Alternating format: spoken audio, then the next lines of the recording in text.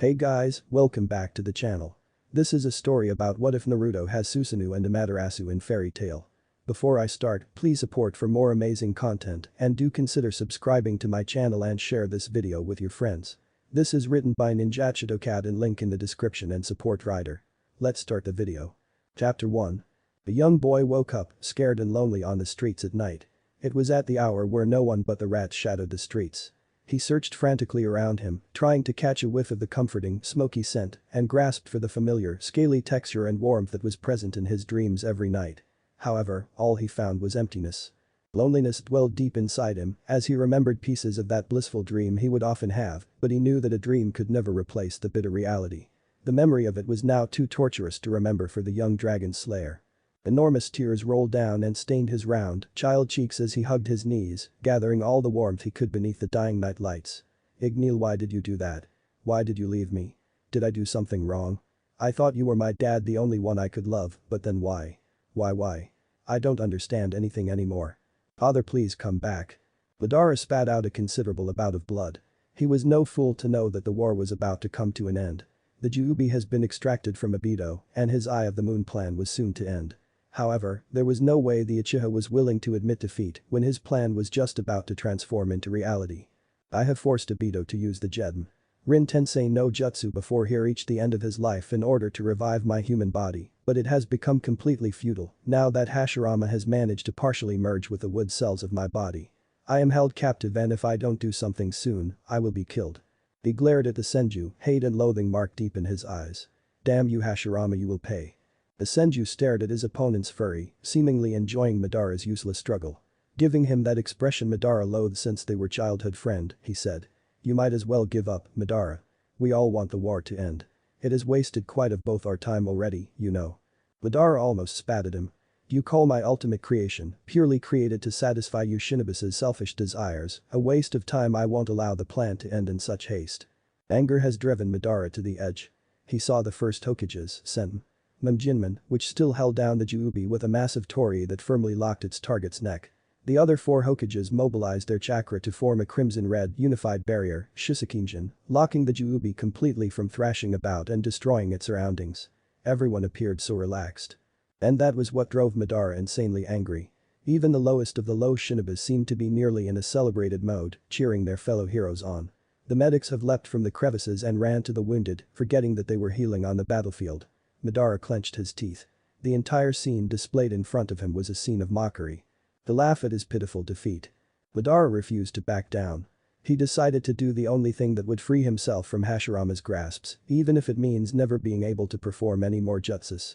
In other words, he knew he would become powerless and bow in defeat in front of the allied shinobi forces. However, if he was going to reseal the Juubi while the others are completely caught off guard, it was now or never. Even though Madara was nearly blinded by rage, he knew that he needed to remain calm to make the Senju to trust him first. Otherwise, he really was good as dead. As if grieving for his wretched acts, the treacherous man lowered his head. Hashirama. Hashirama was suddenly aware that he was still connected to his opponent, and he has already made it clear to Madara that he was willing to die and be sealed with him for eternity if doing so stops him from his malevolence acts. Madara, you know that there's no negotiation you could. Negotiation. What a fool, Madara thought, trying to suppress his smirk. Hashirama. I wish to atone for my sins. This war was not what I had intended to create. I have not reached the goal, but yet I understood that the infinite Tsukuyomi served as the wrong purpose to erase conflict in the world. This war has for the first time brought me to my senses that peace wouldn't cease to exist in an idealistic world. I understood that conflict doesn't necessarily have to be against another shinobi. At times, the enemy could be myself, and I was haunted and worried by my past, always deemed a failure and untrusted by even my closest comrades. Now, perhaps, if I could contribute to the final stage of bringing the newfound stability to the shinobi world, then I believe my soul would truly find its peace. Hashirama studied Madara, confused and somewhat delighted to hear his long-ago comrade's new sought resolve. For the first time, he saw a flicker of remorse in Madara's downcast onyx eyes. Hashirama knew how tricky and deceptive Madara could be, but he really felt the pain and anguish in the Uchiha's words and eyes. An unrest that needs a final consent to leave in peace. Hashirama saw flashbacks of when they were young, skipping stones along the river, then when they sat above the foundation of the soon-to-be village, talking endlessly about making the world a better place and becoming Hokage. For the very first time since then, when their friendship was still strong, the reanimated Senju found a resemblance, a hope that possibly deep down the Uchiha, the dear old friend who always fussed about losing at skipping stones, who always shared brilliant ideas and dreams, was still there. Judging from Hashirama's softening eyes, the Uchiha smirked inwardly. Hashirama, that soft heart of yours will be your greatest downfall. Expectedly, the Senju sighed. Very well, Madara. Let's wrap up this war. If helping is your only ambition, then there certainly is something that we need you to do. But don't get the wrong idea, Madara. Nothing has changed between you and the world or Konoha. This doesn't mean that we have forgiven you from your deceitful acts. This is your own will. Madara nodded. I understand. Alright then, the Senju continued, relaxing the tension between their connected shoulders. I'm sure you are familiar with the Sage of Six Paths yin-yang abilities. I know that you, with the Sharingan and your yin-yang abilities, will be able to split the centered chakra of the Juubi back into the nine-tailed beasts. And this task is one that only you could complete. I see, Madara appeared thoughtful, though his brain was plotting urgently. The Uchiha's jutsu, Izanagi, was based on the principle of the creations of all things, which the Sage of Six Path utilized to split the Juubi into 9 individual beings. However, there is a great cost. What is it? Madara paused before replying. The Sharingan will lose its abilities to function ever again. Both shinobis were silent. Hashirama sighed. That is your choice, Madara. As you said yourself, if you are willing to cooperate with us, we will accept it, but there is a cost for everything in this world, Madara. There are risks and chances, it's only a matter which one you're willing to take. Very well. Then I will take the chance and prevail. Madara thought triumphantly, though his expression was unusually calm. I suppose this is a cost I'm willing to do the task though, in order to clean the once honored name of my clan. Very well. Take me to the Juubi and I will perform the necessary jutsus. Hashirama knew that Madara was too risky to trust, but there really was nothing to lose. All 4 Hokages were still maintaining the barrier, and it would be impossible to reach the Juubi or for the beast to escape. There were also plenty of powerful, young shinobis who watched their backs. They have proven to the long-deceased Hokages that they were ready to take on the future and bring the world to a new stage. Moreover, the one factor that has prevented the Uchiha from betraying the Senju was the connection of the wood cells of their bodies. With that advantage in mind, he was the one in control of Madara's chakra and he prevented him from attacking them with any more of his jutsus or jinjutsus. Bringing him to the front of the barrier, Hashirama shouted to the other Hokages, "Hey, do you mind releasing the prison of the Juubi, Hokages?" Aburama stared at his brother in disapproval. Brother, what will you accomplish by following that traitor's orders? I hope you won't be deceived by his false trust. Madara glared at the younger Senju, but he kept his mouth shut. He's always the one behind Hashirama who tried to foil my plans. He despised me the first moment we met and he was the one who created the rift between Hashirama and my alliance. The Uchiha watched as Hashirama described to the Hokages what their plan was. Little did the foolhardy Senju know, his brother may be right this time. While the two brothers argued about different sides of the plan, the third and fourth Hokage observed Madara, but they didn't find a trace of arrogance or betrayal in his eyes. Finally, they made the decision. Hashirama seemed to persuade the other two Hokages, but Tobirama was stubbornly against his brother's decision. When he realized there was nothing he could do to make his brother trust him, Hashirama simply ignored him. The third and fourth Hokage found the request reasonable, since Hashirama was the one in control, so they willingly took the barrier down. They had the shinobis from each village bring their tailed beast sealing container. They warned the cages to subdue the beast once it gets released. When everything was in control, they all gave Hashirama a confirming nod. Alright, Madara, the Senju said. We'll leave the other part to you. Tell me which hand sign to match with yours and I'll perform the jutsu alongside you. I should be able to provide enough chakra to benefit the success of this. Madara chuckled darkly. Hashirama glanced at him, noticing that something felt off. Huh? What's wrong? Hashirama, you are naive as always. Hashirama gasped in surprise as he noticed blood dripping down the corner of Madara's tightly shut right eye. You? Too late, Hashirama. Amaterasu, Madara's eye opened wide, revealing the spiraled shape of his eternal Mangekyo Sharingan, blood dripping down the corner of his eye. Horrendous black flames erupted from the Uchiha and Senju's connected shoulder. How could you, Madara? I thought, but I can't believe you managed to cut off your chakra flow so naturally and then focus all your energy on that one eye. You really are desperate to live after all, giving up your left arm just to be free. The Senju grinded his teeth, feeling no pain through his reanimated body, but the black flames were also chewing up his body, making his movements inconvenient to guard himself from Madara. However, Madara was also nearly swallowed by his own flames. Immediately his eye widened further until he completely extinguished the flames that gnawed his flesh. Blood pooled beneath his missing limb as he felt a sudden dizziness of blood lost, but medical ninjutsu would have to wait for later. At this moment, the battlefield tensed, all eyes focused on him. Aburama sighed, knowing the outcome of his foolish brother since the beginning. The other two cages immediately took their stance, prepared to attack Madara. But before they could make another move, Madara activated his other Mangekyo Sharingan and made eye contact Yubi's single eye. Just like when he manipulated the Kyuubi, the Juubi's pupil contracted as it drifted into a state of being manipulated. With an atrocious roar, the battlefield once again became hell. The fourth Hokage used his body flicker technique and appeared in front of Madara. "You're too slow."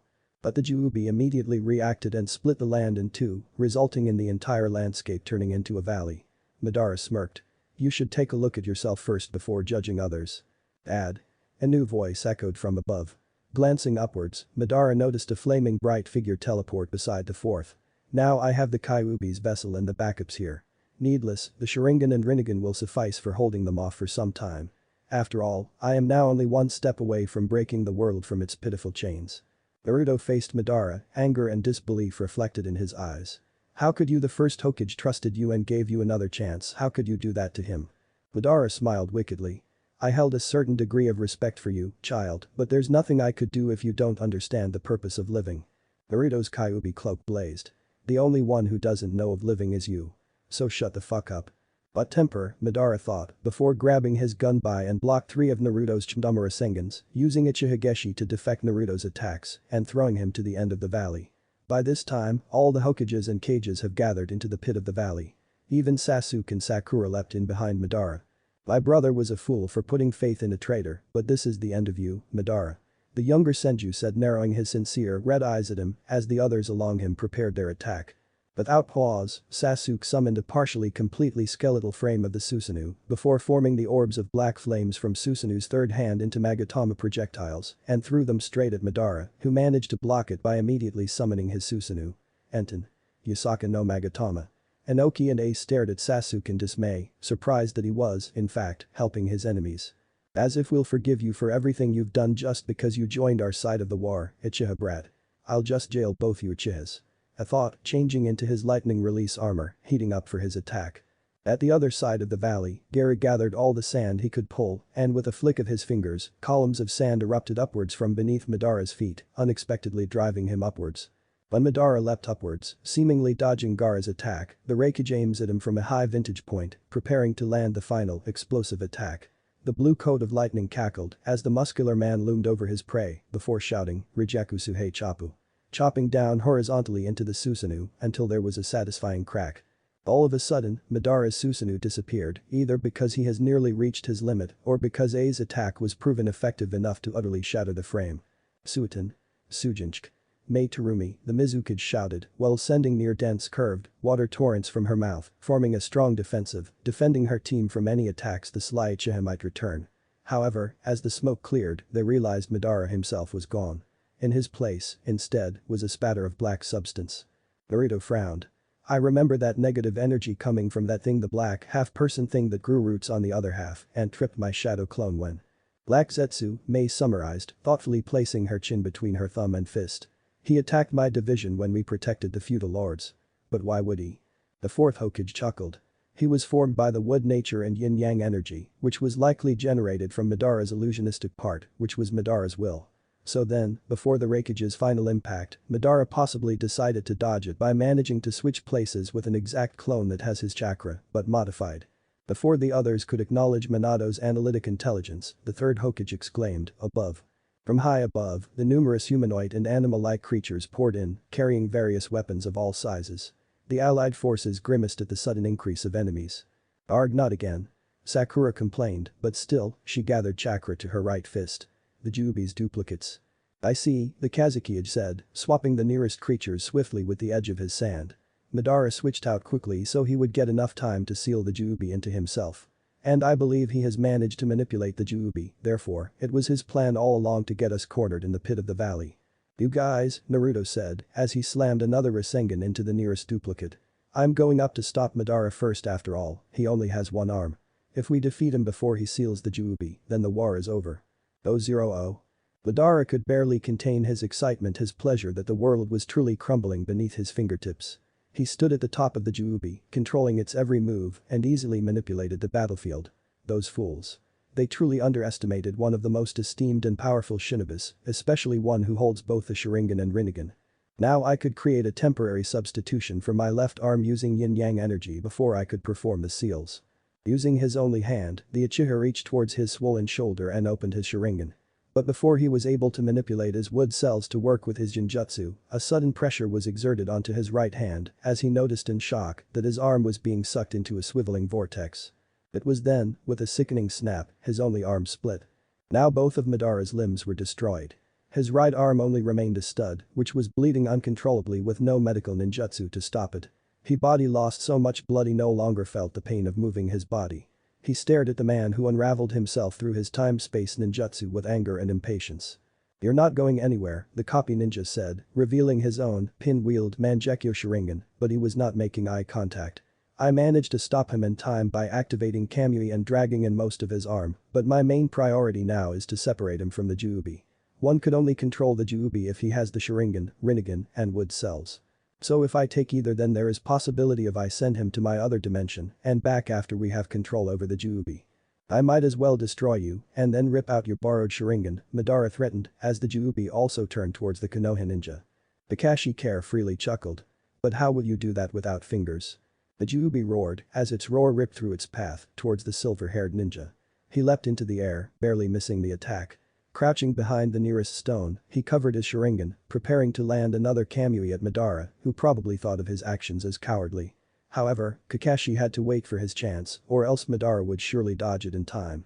"Mokuton. Hete no Jutsu." A voice hollered from below as a number of wooden hands from below erupted and restrained the Juubi. Madara didn't seem taken aback or worried by the attack. Instead, he was pleased. "Ah Hashirama," he grinned. "I was beginning to wonder if my Amaterasu really killed you that easily. As expected, you never failed my expectations." Madara still isn't aware that he has already lost the war, Hashirama sighed. Or maybe he's just too stubborn to acknowledge that fact. "I'm disappointed in you, Madara. You have failed my expectations and now you really are going to die. This time by my own hands." Before Madara could reply, he felt a chakra presence behind him, wielding large amounts of chakra. "I'm going to kick your ass," a voice shouted. Spinning around, Madara saw Naruto use Bij Krasengan and he had to detach himself from the 10 tails in order to dodge the massive attack in time. "Damn that Sharingan user, he used up the time I had to seal myself. Now it's only a matter of time before they all return. I might as well activate Susanoo," Madara thought as he summoned the blue flames of his Susanoo. "Now." Kakashi opened his scarred eye, revealing his Sharingan before pinpointing it at Madara's Sharingan, which he believed was a worse threat than his Rinnegan at this moment. Madara realized too late that he was being sucked through the space-time ninjutsu, and with his Susanoo not yet complete to interfere, there was nothing he could do. Yet at the final moment before he was going through the dimensional portal, he used his soul Rinnegan to urge the Juubi to attack the copy ninja.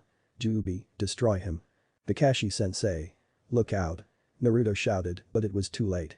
The Juubi roared before lifting up its tremendously large humanoid hand and clawed Kakashi hard. Kakashi's body immediately went limp as he was forcefully slammed into a nearby flooding river. As his body was embedded into the surrounding water, Kakashi's world disappeared from view. "0-0. Sensei, wake up."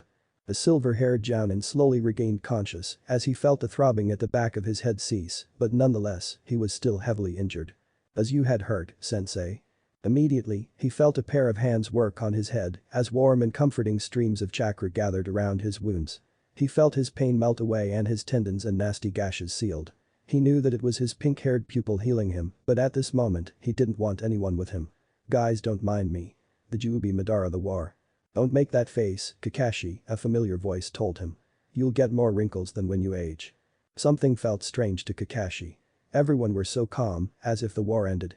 Kakashi bolted upright, which he immediately regretted when his scars along his spine opened, a jolt of pain spasmed through his muscles. A pair of hands held him down. "Sensei, take it easy, for Kami's sake. There's nothing you need to do now that the war has ended." As his eyes began to focus, Kakashi finally regained conscious. He stared at his students, Sakura, Naruto, and Sasuke and his former teacher, Minato. They were all smiling, relieved to see him alright. "Hey sensei, don't stare at us like that. Don't you remember what happened? You sucked in Madara and then the Juubi revolted and threw you really hard into the river. Luckily you were alive after that attack. Wait sensei, don't tell me you have amnesia." Naruto said, horrified at the thought. "Oh right Madara, wait, something is wrong." The others stared at the jounin, his voice so soft that they thought they mistaken what he said. "Something is wrong," Kakashi repeated, anxiety getting the better of him. "What's wrong?" Minato asked, concern written across his face. "Madara, he's not there." "Huh? What are you talking about, sensei? We all know you sucked him into." "That's what I mean," Kakashi said, finally making eye contact with his ignorant blonde pupil. "He's not there. He's not where I thought I sent him." There was dead silence. "Where did you send him then, sensei?" "I don't know," Kakashi admitted. "I was thinking of sucking him into that secluded dimension until we capture the Juubi, but at the last moment, he struggled and told the Juubi to attack me, so I guess the Juubi attacked me the moment I was sending him to that dimension, which must have deserted the path that I used to teleport him."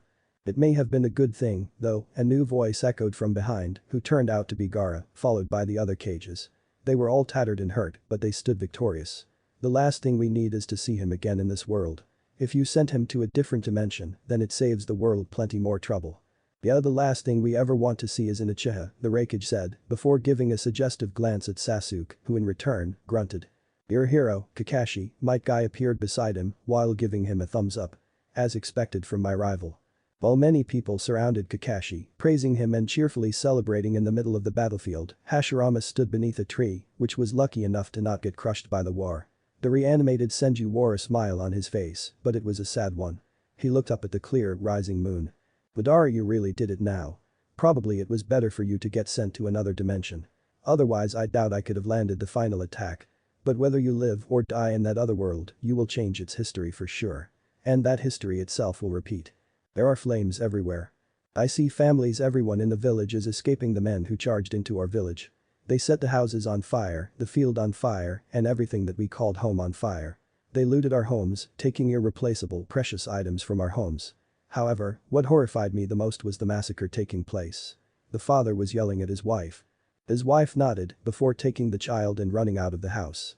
The woman tried telling her son that everything was alright and that his father will be coming too, even though the woman herself was shaking so hard she could barely keep her own tears from falling. It was still useless. The father did what he could, blocking his family from the enemies, but he was slayed without pity, his blood poured over the path which his family used to escape. They soon find the mother, before she also faced the same fate, while she held her only child dearly to her, until the murderers pried his chubby tiny fingers from his dead mother. The cry of that child never left me. Around me, fire and dead bodies reeked the village. I kept moving forward, my legs carrying me forward, even though I knew what I was about to see. I didn't want to see it, but my legs kept dragging me forward until I was at the destination. I have no choice but to continue watching. "Brother, why is it so noisy outside? Are there fireworks tonight?" a small figure asked, rubbing her eyes. The boy was uneasy. "I think so. Yes, there are fireworks. Let's go see the fireworks, brother." The smaller dark-haired girl smiled, excited. "Maybe there's a festival, and..." "Little sister, I want you to stay here." The boy turned to her, smiling gently to her. Worry was written across his face, but the girl was too young to notice. "But why, brother?" "Well, you still have a cold and it's way past your bedtime," the boy explained, patting his sister's head, but the girl pouted, upset. "But brother..." The boy's expression softened. "I'll go to find Luke, maybe he'll have some spare fireworks. And if your cold is gone tomorrow, we could set up the fireworks in front of our house. But for now, I want you to stay and rest." The girl reluctantly nodded. "Okay. But be safe, brother." The boy smiled. That was the last smile I ever saw from my brother. "Thanks, little sister. I'll be back sooner than you think, so don't go anywhere and wait for me," my brother said, rushing outside. While my younger self knew nothing of what was going to happen, I had the urge to shout and stop him from leaving, knowing that the moment he steps outside, he won't be coming back. Ever. I knew this was a dream, a mere nightmare, but there was always a spark of hope that I could prevent losing my only brother again. But I couldn't move. My eyes stuck to the scene, unable to do anything except watch the mistakes of the past. Regret filled me. The setting changed. I was running, or to be more precise, following my younger self run through the woods. She was panicking. Her tiny, lace dress was being torn by the shrubs, but she was too anxious to care. It was until now, when the moon rose high into the night, that she has realized that something was wrong. I wanted to tell her that it was no use, that brother was already taken, but the small figure running couldn't hear me anyways, her tears pooled out. I know she was crying because of worry, confusion, and most of all fear. Fear that something happened to her brother. Fear that she would never see him again. She tore down the vines and dried leaves that brother must have used to hide the entrance to the house. Since we lived in a tiny house behind the woods, the army probably discovered our home much later. However, it probably wasn't enough time for me to survive, so brother probably covered the entrance of the path in order to keep me safe. But maybe brother was caught because of me. I am now with my younger self in the middle of town. When she ran past the slayed heaps of bodies, she didn't scream. She didn't have time to scream. The only thing she thought about was the possibility of her brother being one of those unlucky victims. As huge drops of tears fell, she hastily brushed them. While running, she kept calling for her brother, but her only reply was the cackling fire. Standing in front of a burning building, lost and frightened, she softly called out to her brother. Little did she know, the captors already have heard her voice. "Brother, where are you?" the little girl cried. However, just as she was crying between sobs and tears, another girl, slightly older than she was with crimson red hair, grabbed the raven-haired girl's wrist. Urgently, she said, "You'll get caught if you stay in the open." But my big brother. I followed them to an alley where there was an abandoned crate. However, the crate was only spacious enough for one person. Without hesitation, the kind, red-haired girl helped her into the crate before saying, "Hide." From the other side of the building, we heard the atrocious men notice our presence. "What about you?" my younger self asked, realizing that if the other girl couldn't hide in time, it was the end for her. To her surprise, the girl casually smiled, not showing the least bit of worry or fear. "I'll find somewhere else to hide, don't worry about me." Before she closed the lid of the crate, she smiled confidently and reassuringly. She wore a smile I could never forget. "Live on," she said, closing the lid with a thump. Two of the men ran towards the scarlet-haired girl. She began to run, but it was obvious that she couldn't outrun the treacherous men. "I found one. Grab her." The scene unfolded in front of me, slowly, as if every second was to tease me of my cowardice and futility. I tried to move my fingers and my feet to at least do something. But I watched torturously as the dirty hands of the men approached her and grabbed her. "No." The young girl with raven hair bolted upwards into a sitting position. Her large brown eyes flew open as she took a look at her surroundings. She was back in the attic. Her body was drained with sweat and her nerves were still anxious, as if she was having a hard time adjusting to reality. When she touched her lower eyelid, she felt the marks of the tears stain her cheeks. It was one of those nightmares about her past. She hadn't hated those dreams since years ago, but she could never avoid them. Brother and that girl, they both got caught because of me and I was in their way. No, there is still hope. I should leave here soon and continue on my way, finding them. Realizing how horribly dusty the attic was, she wheezed. The fact that rats inhabited the attic didn't help improve the condition for the girl. Brushing herself from the dust, she stood up. Today must be Saturday. Wait, no, yesterday was Saturday, that means today is Sunday. Alarmed, the girl crawled out the entrance of the attic and leapt down the stairs as she was anxious to see the person she dreaded to meet. The stairs creaked beyond repair, which made the girl tiptoe delicately. However, the moment she reached the foot of the stairs, she met, face to face, the rent woman, who was only ever interested in money. She had a hunched back, but her tiny, vulture-like eyes glared at the girl, who gulped nervously. Digging into her patched, seam-ripped pocket, the small girl hastily dug out a stack of jewels.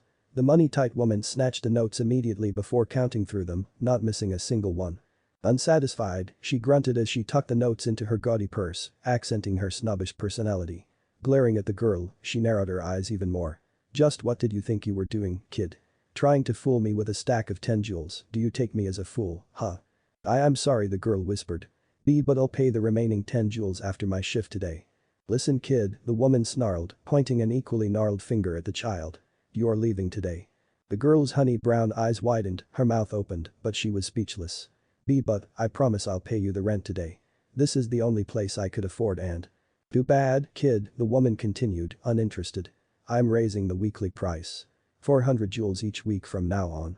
This is one of the worst parts of one of the worst towns, where many people are begging to even get to sleep in an attic.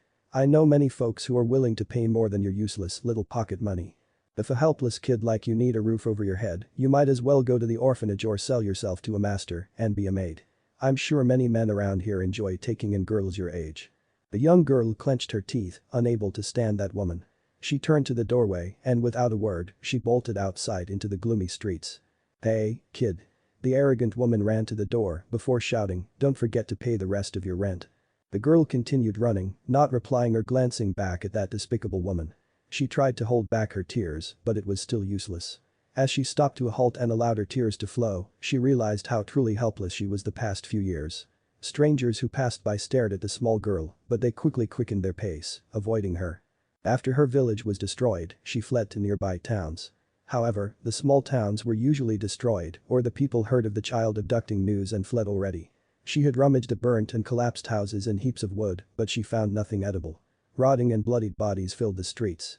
When she collapsed on a path, starving and tired, a kind, traveling couple found her and brought her to their house in the countryside. They were friendly to her, providing her with food and clothing. They even asked to adopt her. However, the girl realized that the longer she stays, the less likely she would be able to find her brother. So she kindly lied to the couple, saying that her family was waiting for her at Frisia town. So they gave her 1,000 jewels, packed her a load of organic food, and bid her a tearful farewell. Since then, she was traveling, using the money wisely, and she asked people whenever she could if they saw strange men in cloaks who led countless chained children, to which they all replied, no. For the first time out there, in unknown towns, the young girl learned about the dark, harsh reality. She was an easy target for lowly swindlers and thieves who fooled the innocent girl, and with that, her money disappeared in a blink. Soon, she was left wandering on the streets and hungry often. When kind people offered her a place to stay, she would gladly stay and thank them, but she would always leave soon after, knowing that she would lose the resolve to find her brother if she becomes attached to a new home. But now she was thrown back onto the streets, with no more money, food, or strength to leave the wretched town. That old hag, the girl thought, rubbing her eyes while scolding herself for crying over every single thing that happens to her. All she wants is money. As if I'll ever pay her another jewel. But now that I'm alone. Suddenly aware of her surroundings, the girl shrunk. She noticed that she has wounded up in town center, where she was warned by a fellow traveler when she got here. She was told to avoid that area because it was somewhere that uses poison as bait. The dark-haired girl never understood what the traveler meant, but she was sure that it was best to leave the town as soon as she could. I should probably find the nearest train station, but… Searching through her pocket, she remembered that the money all went to the old grouch. And now I don't have money to even buy a train ticket. I guess I'll have to sleep outside tonight, but this town. The tiny girl shook with fear. She was beginning to see the true side of the town. A gang smashed open the nearest shop, sending shards of glass flying everywhere. The leader held an axe above the storekeeper, an old man half the attacker's size, before he landed the hit. Glancing to the right, there was a pretty, young woman, scared and timid on the streets, trying to ask for directions. Suddenly from behind, she was gagged by a tall hoodlum before being forced into a dark alley against her will. The girl froze as she heard muffled cries and shrieks escape from the alley. Facing ahead, the raven-haired girl turned a corner, trying to avoid the glances from the surrounding strangers. It was then she noticed a sweet bakery aroma waft from the bakery store opposite of her. She knew she had no money, but her stomach growled so desperately, the girl sighed and made her way down the cobblestone-paved street towards the building. 000. There was a beautiful, young lady smiling sweetly behind the bakery counter. Her soft auburn hair dropped below her back, while her round porcelain-like eyes sparkled as she welcomed the customers sweetly in her revealing satin dress. The male customers in return usually goggled at the sight of the woman, often distracting them from ordering. The door opened, triggering the bells that were tied to it. Welcome to. The woman stopped midway when she stared at the child that wobbled into the store as if she'll collapse any moment. She looked unusually skinny, her bones accented her state of hunger as she held a hand over her shrunken stomach. Her eyes darted around her, frightened of the rich men, who were the kind of people that look down in distaste at poor people. The men, in return, sneered or glared at the girl, daring her to advance. The girl, however, continued edging forward until her face was nearly plastered to the glass. She stared into the glass shelf, marveling each and every loaf of bread and sweat. The bakery owner has never seen someone so desperately hungry, and she felt a sudden pang of pity for the starving girl. However, having a poor child wander freely into her guild's bakery was considered as insulting as a slap in the face. The woman cleared her throat. Little girl, can you leave? Looking down, she saw longing, chestnut eyes, who stared back pleadingly with puppy eyes. The woman felt more reluctant than ever to turn the girl away. Child, I want you to leave. The girl was still looking up at the woman, her gaze unaltered. That's it. The storekeeper couldn't stand those large, somber eyes anymore. Leave. Everyone in the bakery was stunned. The woman's dark aurora was finally released, her eyes, now a mixture of bloody red and magenta, flashed demonically at the starving girl. The girl faltered only slightly, taken aback at the kind woman's sudden change of attitude, which was enough to scare all her customers. All the customers turned and fled, muttering that they wouldn't dare take on her wrath.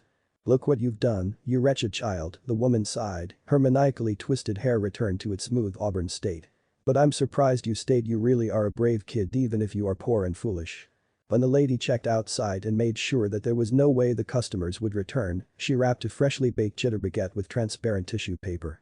The girl's stomach rumbled at the smell of food. The woman noticed that, sighing before reaching out the baguette to the girl. Slowly, the orphan reached the food with both hands. But she paused, suddenly aware of the monstrous power the lady in front of her possessed. The lady in her sapphire blue satin dress huffed impatiently. "Just take it, kid. I don't think anyone would be coming back now that I scared most of the people. No, you're the fault everyone left." The girl gratefully took the long cheddar baguette, but her expression dropped as she was scolded once again. "Oh, sorry about that." The woman chuckled, tilting her head to the right. She found the young child rather adorable when she stuttered. "Don't worry about it. As long as my guild doesn't find out that I willingly fed a poor kid food. Hey, don't eat so fast. You'll choke yourself." Indeed, the child gagged on the food.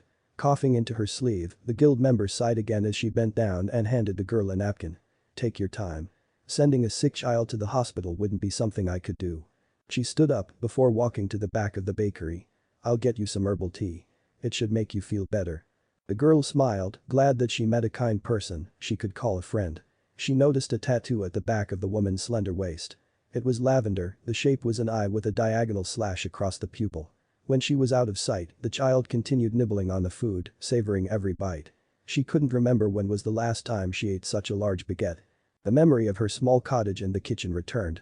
Just thinking about the times with her brother brought tears to her eyes. The longer she stared at the piece of bread, the more she lost her appetite. The sudden urge of emotions caused intense sadness to fill her. Burying her head between her arms, she tried to remain calm and to forget everything that ever happened to her. Maybe I should join a guild. Maybe I'll get help from mages and save brother. Maybe if I. The door swung wide open. The girl snapped out of her thoughts when she heard footsteps approach, seemingly possessing the power to shake the earth itself. Glancing up, she saw a group of colossal figures stand at the entrance. The tallest member glared at her, his shadow enveloped her small figure.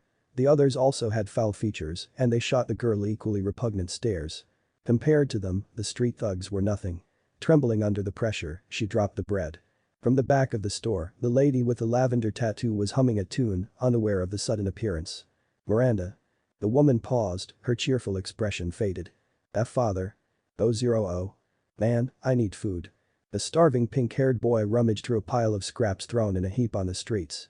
When he woke up in the morning, he decided to continue on this journey of searching for a specific dragon, but as usual, the result was fruitless. He decided he needed food to restore his energy, but once again he was stuck in a town where the only place to get food is to buy using currency, which is unfortunately something the boy doesn't have. Now his sense of smell is worse than ever, with so many insanitary dumps and loads of waste left on the streets. It's no wonder rats even die trying to dig for food in such a horrid place. His stomach grumbled, reminding the dragon slayer to find food as soon as possible. Mumbling, he sluggishly began to drag his feet through the streets. Looking around him, he realized that if he couldn't even distinguish the buildings from one another, much less than even trying to navigate correctly through the town. "I know. I just have to climb to a higher point to see more of the town, just like how Igneel always taught me," the boy thought, before scrambling to the top of the nearest roof. "Nah, this isn't very helpful. How could I find food from up here? If there's a smoking chimney, then there must be fire." As if re-energized, he leapt hastily from one building to another, excitement building up. A few onlookers frowned with disapproval at the child's act, but they decided to ignore it as they'd usually do. The boy didn't care the least bit of how others stared at him. As long as his goal was in sight, he was more than content. "That's right, I'm a dragon slayer. I could eat fire, since after all, I'm Igneel's." The boy paused. The word, son, left a bitter taste on his tongue as flashbacks of his early days with Igneel returned. He shook his head and resumed running towards the building. "Wait for me, Igneel, I'll find you." As he stood on the street parallel with the building that turned out to be a bakery, his stomach growled urgently, either in hunger or excitement. He was so close to finally getting a bite to eat. The strong bakery aroma didn't help settle his hunger, either. Crossing the streets, he found it strange that there were no one around. Ignoring the insecure feelings in his gut, he approached the building. How could I get in?" the boy thought, checking the cracking brick red wall of the building. He could have busted into the building, but he didn't want to get kicked out immediately, either. There was a door, but only a fool would enter that way. He circled around the building, trying to locate an entrance that would attract negligible attention. Rounding to the other side, he was satisfied to find a tiny, insignificant open window. That was when he noticed something smelled wrong. Sniffing around him, he caught a waft of blood. Disgusted by the stench, the pink-haired boy covered his sensitive nose with his left hand. He smelled blood before, but never so close and intense. The blood smelled fresh, as if someone is bleeding right behind him. Nervous, he turned around, expecting to see bloodshed or some recently killed corpse. However, there was nothing. He was facing a shadowed brick wall of an alleyway, but there was no blood or anything. The bloody odor still lingered, but there was no mark of proof. The young dragon slayer was sure he saw a flash of a man covered in blood, but the image was so vague and unclear, he decided he was likely hallucinating. Turning away while he tried to settle his nerves, he propped himself up to the high window indent. He peered in, digesting what he was seeing. Something caught his attention. It wasn't the huge brick oven or the shelves of bread. Staring at scene, he could tell that something horrible was about to take place. There was a woman, pale with fear, as she faced a group of men who were the type of people the boy knew not to mess with. He didn't notice it at first, but there was also a girl lying helplessly between them. He frowned. I wonder what's happening. Scrambling down from the window ledge, he decided to observe behind the furnace.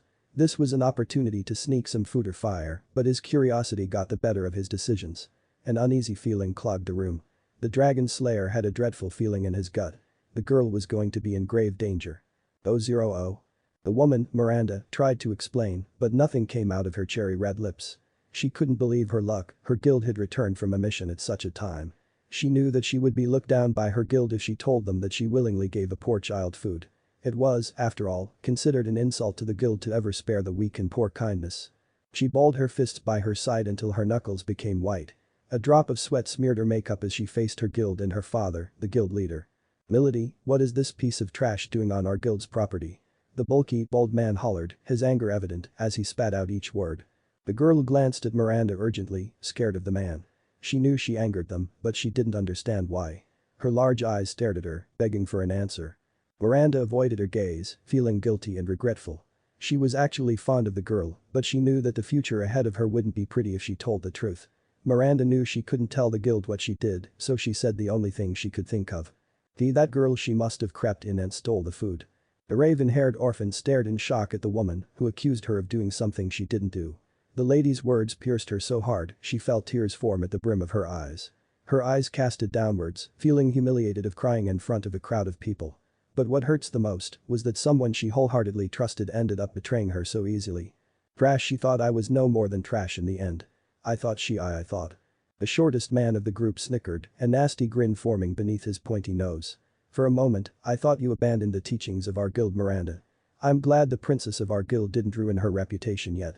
Miranda shot him an equally nasty glare. The tall master of the guild, who wore a cloak, muttered, even though our mighty guild, blinded Cyclops, shouldn't be bothering with such lowly civilians, I'm afraid we can't let you escape so easily. After all, you have a debt to pay. The girl swallowed. But I didn't steal. To her surprise, the members of blinded Cyclops laughed and howled in joy. The crooked man with an abnormally twisted arm answered her gleefully, you don't get it, do you, girly girl? Hee hee. Let me tell you this. You don't get if you get to live or not, we do the judging for you. Do you have enough money to pay for that, girl? The girl slowly shook her head, her hands shaking at her side. Cece? You can't even afford a good loaf of bread. What could you give to justify your actions, huh? You've got nothing, you hear me? Nothing. It was true that she didn't own or have anything aside from the torn dress and the ribbon tied around her head. But she refused to give in easily to admit something she never did. But I never stole it, I swear. The lady gave me the bread. What I hate more than filth and thieves are liars like you. The bold man roared. Are you trying to dirty the reputation of my lord's daughter? Know your place, you useless scum. Quiet, Silas, the guildmaster ordered. It's time we finish this, little one. In order to pay your debt, you'll have to perform a sacrifice. The guild members howled in treacherous excitement. When the girl stared at them quizzically, the man with the pointy nose answered her, snickering, in other words, if you couldn't pay using money, then you might as well pay with the parts of your body. The raven-haired child wasn't sure what they meant, but she knew they meant her harm. Getting up on both feet, she slowly backed away. Miranda shook her head at the sight and turned away. She knew that her guild was about to torture the girl, slow but deliberate. That was what her guild was known for. To torture and manslaughter the poor, which they considered justice by performing the an eye for an eye ritual. In fact, the guild mostly consists of psychopaths and twisted-minded people who enjoy watching such a show of bloodshed and agony. That was why Blinded Cyclops was a dark guild, one unapproved by the council. They didn't care if the girl did steal or not, they only wanted to break her, to see her beg in front of them and cry in pain. "There is nowhere for you to run," the master said, raising the palm of his rigid right hand. The girl tried to turn and run, but a sudden force slammed her against the ceiling, knocking the air out of her lungs. Surprised, she gasped as she focused on staying conscious. She was thrown headfirst into the ceiling, as if the ceiling itself had sucked her up forcefully. "Arg, I can't move my body, it's like the ceiling is controlling gravity." Before she could recollect her thoughts, her entire body dropped from the ceiling and her head was suddenly caught by the master's hand. She felt him apply a strong amount of force to her head, nearly crushing her skull. When she yelped in pain, the surrounding members laughed spitefully, enjoying every bit of the spectacle. A trickle of blood poured out from a gash beneath her black bangs as it continued making its way down her face. The guild leader gave a crooked smile. "Tell me, would you rather pay with your arm or maybe you'd rather give up your leg first?" Miranda pitied the tiny girl from behind the counter. She bit her lower lip, regretting letting the child stay. It was too late to fix the past now. She sighed, hoping the girl wouldn't be one of the traumatized civilians who were tortured both physically and mentally. The girl squirmed, trying desperately to escape the gravity manipulator, but the gravity made her movements stiff and weak. "I don't want to die now, I still need to find brother and we'll live together in our village and stay together forever, but I'm still too weak. Too weak to do anything. I couldn't even protect myself, I could watch and wait to die, I'm so pathetic." "Hey, stop it." All heads turned to the back of the bakery. The girl heard a boy's voice echo from the back, but she couldn't turn her head to see who he was. The others saw a pink-haired boy make his way towards them, his face contorted in anger. He seemed to want to pick a fight, but for some reason he was holding back. "Let her go," he said, crossing his arms in front of his bare chest. Judging from his size, the master thought he was slightly older than the girl. The cloaked master chuckled darkly. "You've got some nerve, little one. But a crime has to be justified. That's why you have to stop hurting her." The boy roared. "Because she wasn't the one who stole food." The guild went silent. Miranda stared at the boy in shock. "Don't tell me he actually saw that." The captured girl, upon hearing the voice of a complete stranger, managed who air.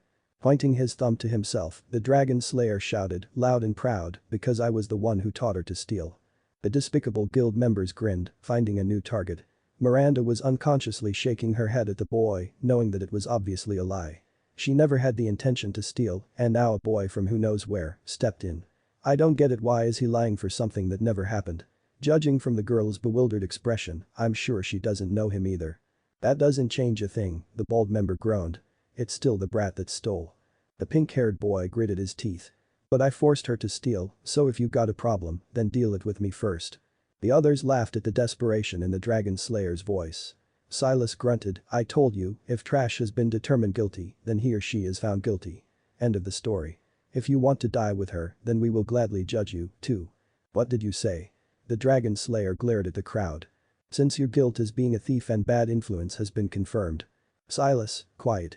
The guild master saw the fire burn strongly in the young dragon slayer's eyes, glowing with determination. Whether the boy's fists were shaking with either anger or fear, the master realized that he was unlike any child he has met. Yes, nothing could be more fulfilling than watching those spiritual and strong eyes break into despair. Satisfied, he replied, "Very well, young one. It seems you are willing to fulfill the girl's debt." The boy nodded. The thought of escaping while he still could was very tempting, but leaving a girl to suffer so horribly just because of a baguette seemed too wrong. He wanted unhesitatingly to blow all of them to smithereens. But they held the girl as a hostage, threatening to break her in one swift move. After all, he remembered what Igmeal told him. "Living your own life is amazing, but when you could save and protect another life, that's what I call a miracle of life. That was what I felt when I laid my eyes on you, Natsu." The auburn-haired lady tapped her nails urgently on the countertop, fearing for the worst. "Don't agree to the deal, boy. You don't understand blinded cyclops, when they find a target, they won't ever lose it. Leave the girl and save your own life, live while you still could." "If that's the case, then you'll have to perform a sacrifice," the guildmaster smiled wickedly. The boy shrugged, trying to look brave and indifferent. "Sure, whatever. Just make it quick." Digging into his cloak, the master reached and brought out a copper-hilted knife. The dragon slayer braced himself for an attack. However, the master did the opposite of what he expected. "Take it." The pink-haired orphan caught the knife in midair, observing it carefully. It appeared to be a normal knife. Slightly rusted, but normal otherwise. "Child, I admire your courage, even if it is foolish. Just make sure you release her afterwards," the boy muttered, flicking the smooth blade out and in repeatedly, his hands sweating uncontrollably. "You have my word." The dragon slayer looked up at the cloaked figure, trying hard to swallow the lump in his throat. He didn't like the sound of the sacrifice, but he couldn't turn back even if he regretted his choice. Well, what is the sacrifice I have to make then? Use the blade and cut open your eye. Chapter 3. The pink-haired boy gritted his teeth. He glared at the elderly man, who was grinning maliciously under his cloak. He didn't understand why the man and his guild wanted to torture the girl to such an extent. Being told to rip out his own eye was even more confusing for the young dragon slayer. He continued flicking the knife open as he leveled his gaze with the man. Father, maybe you're making this too sincere. Why waste our efforts on these little children? Miranda tried persuading. Even if the girl did steal. Keep out of this, Miranda, the master ordered, his voice firm, before he turned his attention back to the dragon slayer. If you will proceed with performing the sacrifice. I get it. The boy hissed, switching the blade back on a final time. He glanced one more time at the girl, who was subdued by the gravity magic. He knew the captor's patience was wearing thin by the way his fingers flexed, releasing the tension before suddenly increasing it, threatening the girl's skull to crack. Sighing, the child raised the tip of the blade close to his right eye, while closing his left. He felt a drop of sweat run down the left side of his face, as his right eyes focused on the tip of the incoming blade. His focus once again blurred when his hand shook, images of the blade splitting open the core of his eye, causing him to shriek as enormous amounts of blood crept uncontrollably down his face, devoured his courage, as his hands shook and dropped the blade. The horde of people began laughing again. The boy stared at them, how hysterically they laughed, twisted joy replacing their earlier scowls. So that was what they wanted to watch. They wanted to see me collapse from the challenge. Ha, as if I'll back down from that. It's just ripping out an eye, right? What's there to fear when that girl is already being beaten half unconscious? It's just an eye. The pink-haired dragon slayer knelt down and grasped the hilt of the knife. Miranda observed as he closed his right eye again, but something about him was unusually calm and certain. He cracked a half smile as he weighed the knife in his right hand. Well, here goes nothing.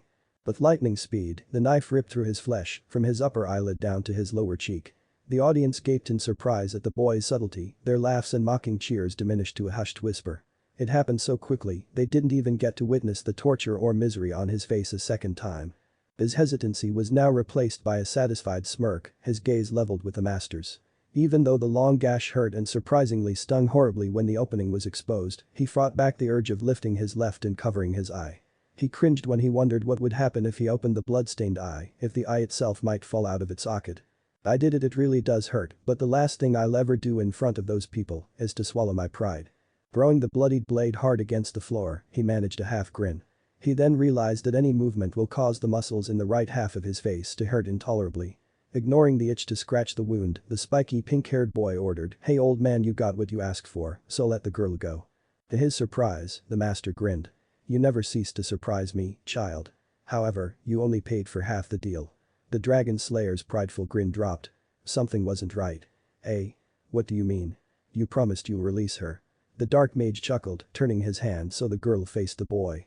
2 streams of dried blood coated her face, while her mouth contorted in pain from the unshuddering gravity that was crushing her skull. Her eyes were tightly shut, and the boy could tell that she was also trying to conceal her pain. But the gravity manipulator suddenly tightened his hold, causing the girl to finally shriek in pain. At the sight of that, the pink-haired dragon slayer clenched his teeth, his anger refueled. "You liar. You promised." "Yes, I promised I will release her. But I never said I'll release her alive," the Dark Master grinned. As the boy understood the dire situation, he realized that he had been fooled. Completely fooled. His only eye widened, his onyx pupil contracted with hatred.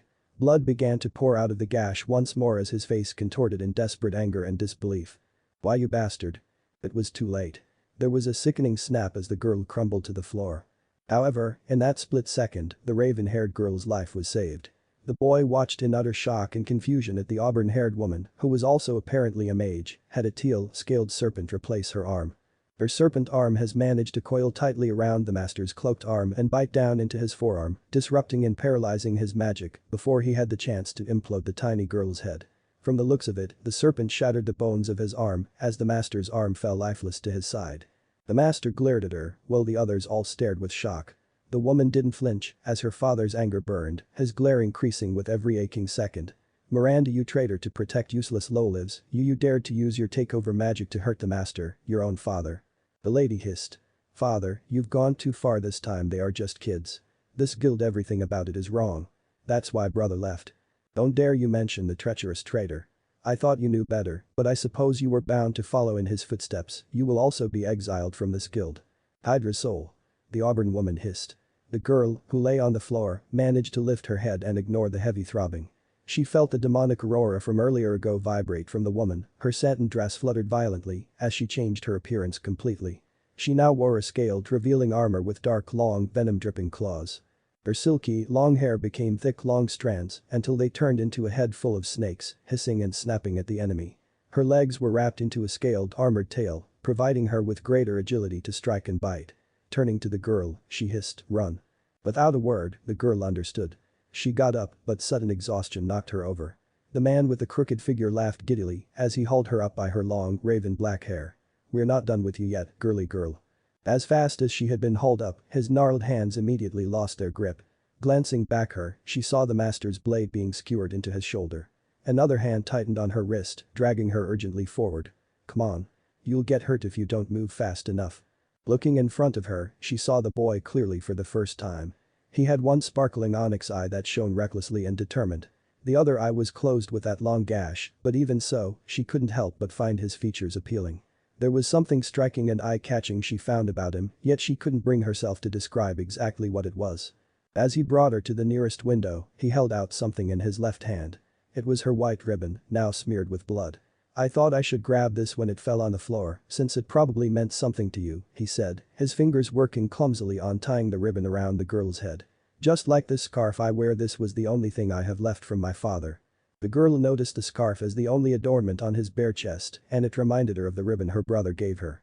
She stared at him thankfully, glad and amazed of how observant he was. She smiled when she saw the pink-haired boy ruffle his hair in embarrassment. "I'm no good at tying ribbons, I guess, but…" "Thank you. Thank you for everything you did," the girl murmured, wrapping her arms around his neck. She felt his body stiffen under her touch, not expecting her to show such affection. But he returned it, resting her chin on his collarbone while gently running his rough hand along her hair. "It's nothing really. Luckily, you weren't hurt." Their reunion was cut short when the takeover woman crashed into the back of the bakery. That brought them back to their sense of urgency. Grabbing her waist, the young dragon slayer lifted her to the window. "Go on ahead, I still need to pay them back for what they did." "No, don't." The girl shouted, desperately grabbing the boy's hands. "You'll die if you face them." The woman had a frightening aura, but it's nothing compared to what the master held. You'll. The boy patted her hair, smiling radiantly and determined. "I wouldn't live up to my reputation as a dragon slayer if I don't kick their asses. It's time I show them the true power of the son of Igniel." "Wait. What is your…" The floor shook. The boy quickly let go of the girl, causing her to tumble harshly onto the paved cobblestones. She stared upwards at the open window, remembering the last thing the boy mouthed to her. "Live on." Getting up onto her sole-ripped sandals, she managed to half-hobble, half-sprint from the bakery. The building suddenly caught ablaze, followed by a thundering explosion. She looked reluctantly behind her, worried for the boy's well-being, but she knew there was nothing she could do. The villagers wouldn't have cared the least bit of what was happening to a poor, stray boy, much less trying to face that guild. She thought of warning people that there was a rapidly spreading fire, but who would listen if they wouldn't even look at her? In the end, she made her way to the east, deciding to find freighter cattle trains and to leave the wretched town immediately. "I don't know who you are, but I believe we'll meet again some other day. And when that day comes, I will be strong and I will repay you with my strength. Until then, stay strong and no matter what, don't die. 000. Hey miss, are you alright?" The takeover woman managed to crawl out the crater in the wall, breathing heavily as blood dripped from many scars and gashes around her body. She glared at the boy, disbelief replacing her anger. "Why child, why not run?" The dragon slayer grinned, stepping in front of her, facing the dark guild. "I'm not done yet. Now that there's nothing in my way, I won't leave until I beat those bastards into pulp." "No kid, you don't know who you're up against." Fire Dragon's iron fists. Slamming his balled-up fists together, his fists were engulfed in flames. The dark guild drew back in surprise as the boy ran head-on towards their master. He leapt upwards, preparing to land a direct hit. "I'll kill you." But the flick of his left hand, the young dragon slayer's flamed fist was stopped in midair as he was sent crashing into the burning brick oven at the back of the bakery. The flames of the brick oven collided with the intense pressure of the boy's own flame, causing an explosion. The guild cheered as they imagined the boy being cremated alive, engulfed and burned to a crisp by the flames. However, they laughed too soon. The flames were being sucked into a vortex, entering the young boy's mouth. The guild gasped, bewildered that the boy was in fact swallowing flames. The boy let out a breath of relief, whipping the side of his mouth as if he had just enjoyed a large meal.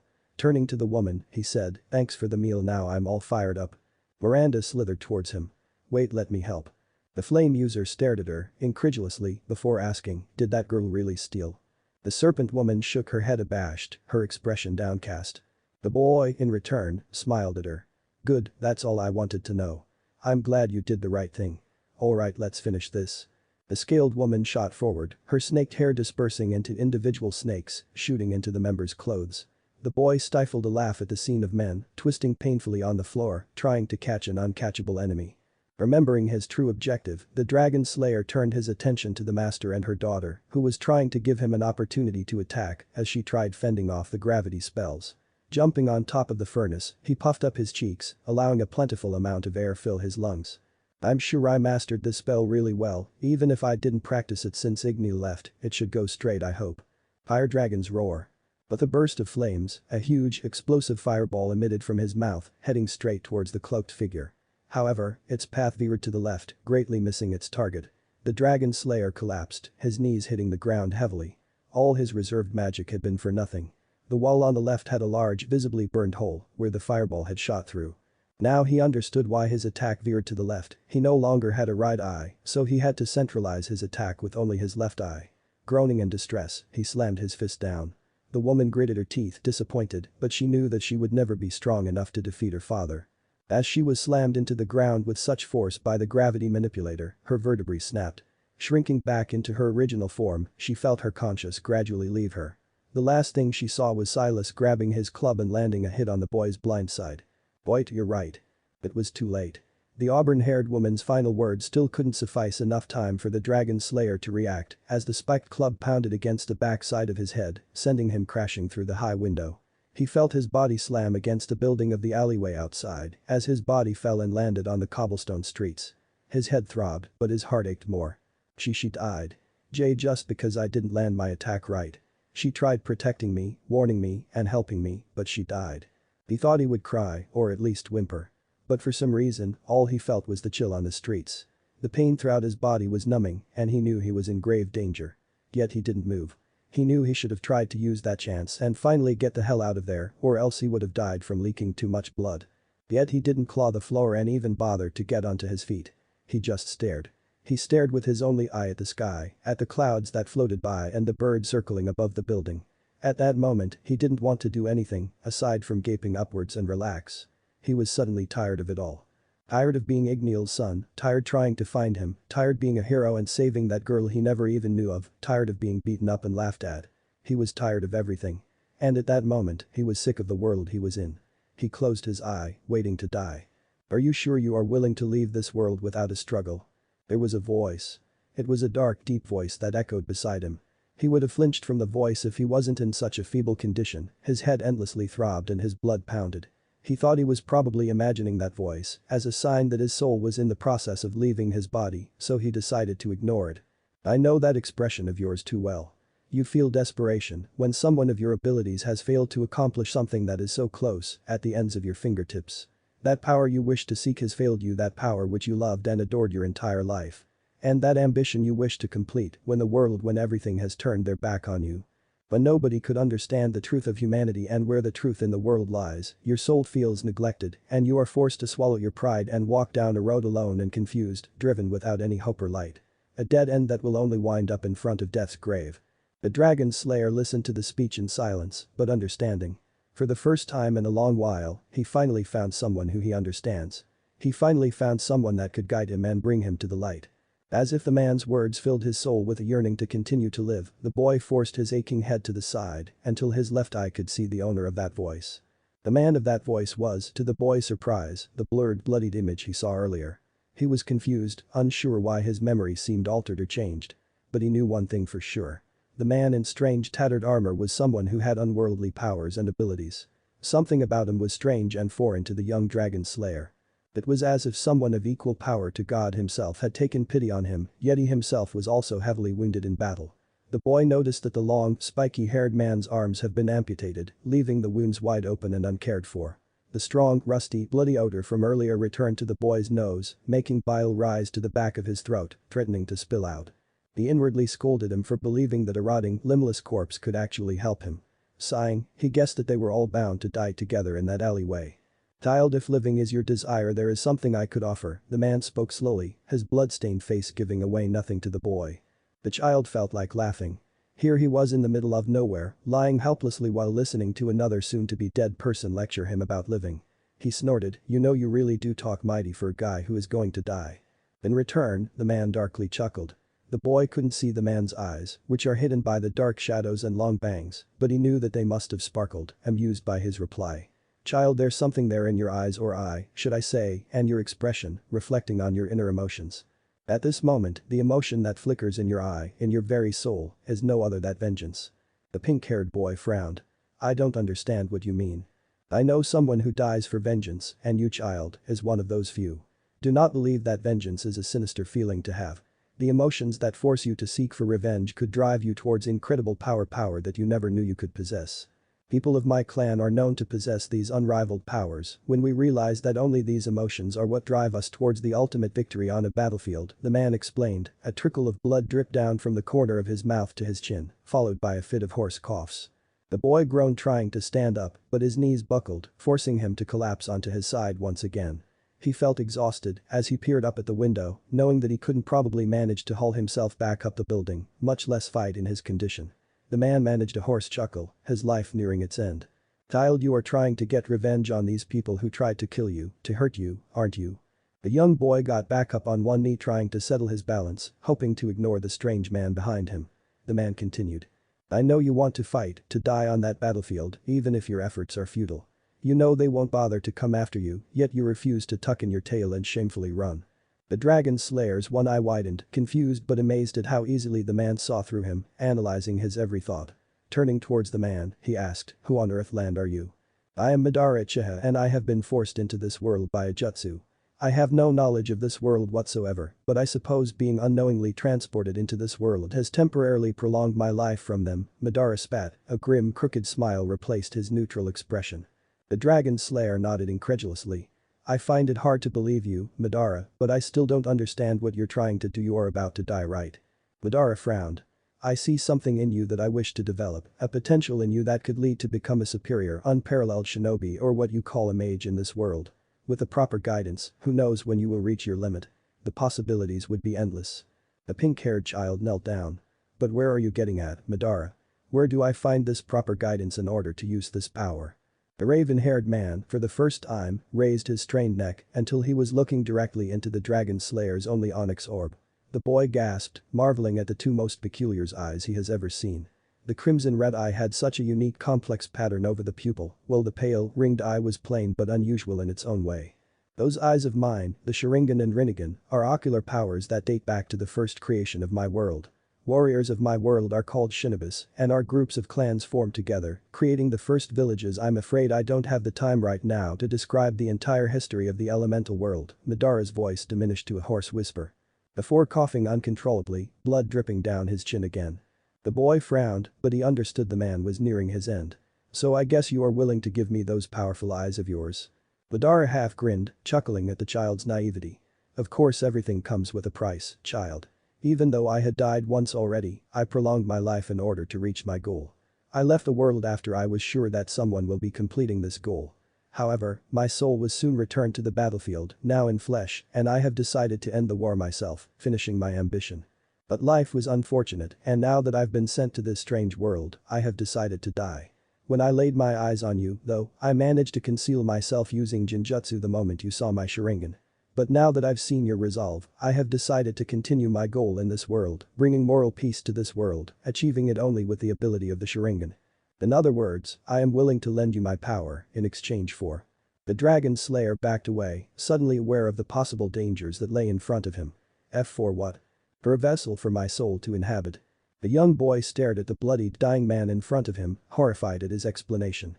He felt the life drained from his face, his heart thudded, and then stopped for a moment. "Why you want my body? Wait, so you want me to die in order to take over my body as your body?" Frightened, the boy slowly got up to his feet. The shinobi shook his head. "Using my Rinnegan, I could reverse the technique of the Kikken no Jutsu, allowing my soul to enter another's body, but that doesn't necessarily mean that I will dominate your body.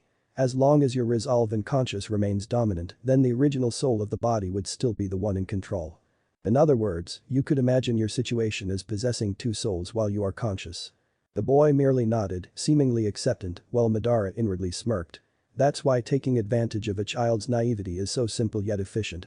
As long as he abides to my plan, then I will continue to support and teach him to become the utterly undefeatable individual his world has yet to see.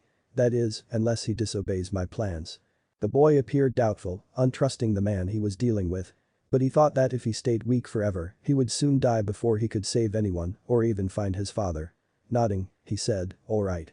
I agree to your deal, in exchange for your power." Madara stared at him, grinning as a dangerous glint appeared in his two diverse orbs. "Since we will become closer than mere acquaintances, I believe I should know your given name." "I'm Natsu Dragneel." Natsu Dragneel, what a peculiar name, the limb-torn, raven-haired man muttered his last words as the pink-haired boy peered into his blood-red Sharingan. "When you awake, you will experiment reincarnation."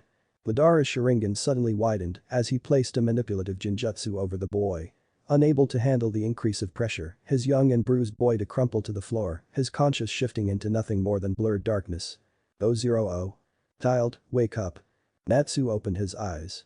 Or to be precise, his eyes opened themselves, forcing him awake. Madara-san. What happened?" It took the Dragon Slayer a moment to recall all that had happened to him, from hoping to sneak some fire to meeting a bloodied and rotting armored man on the streets. He felt his blood run cold when he realized that Madara's voice was echoing in his mind. The boy tried to open his mouth, but his mouth was clamped shut.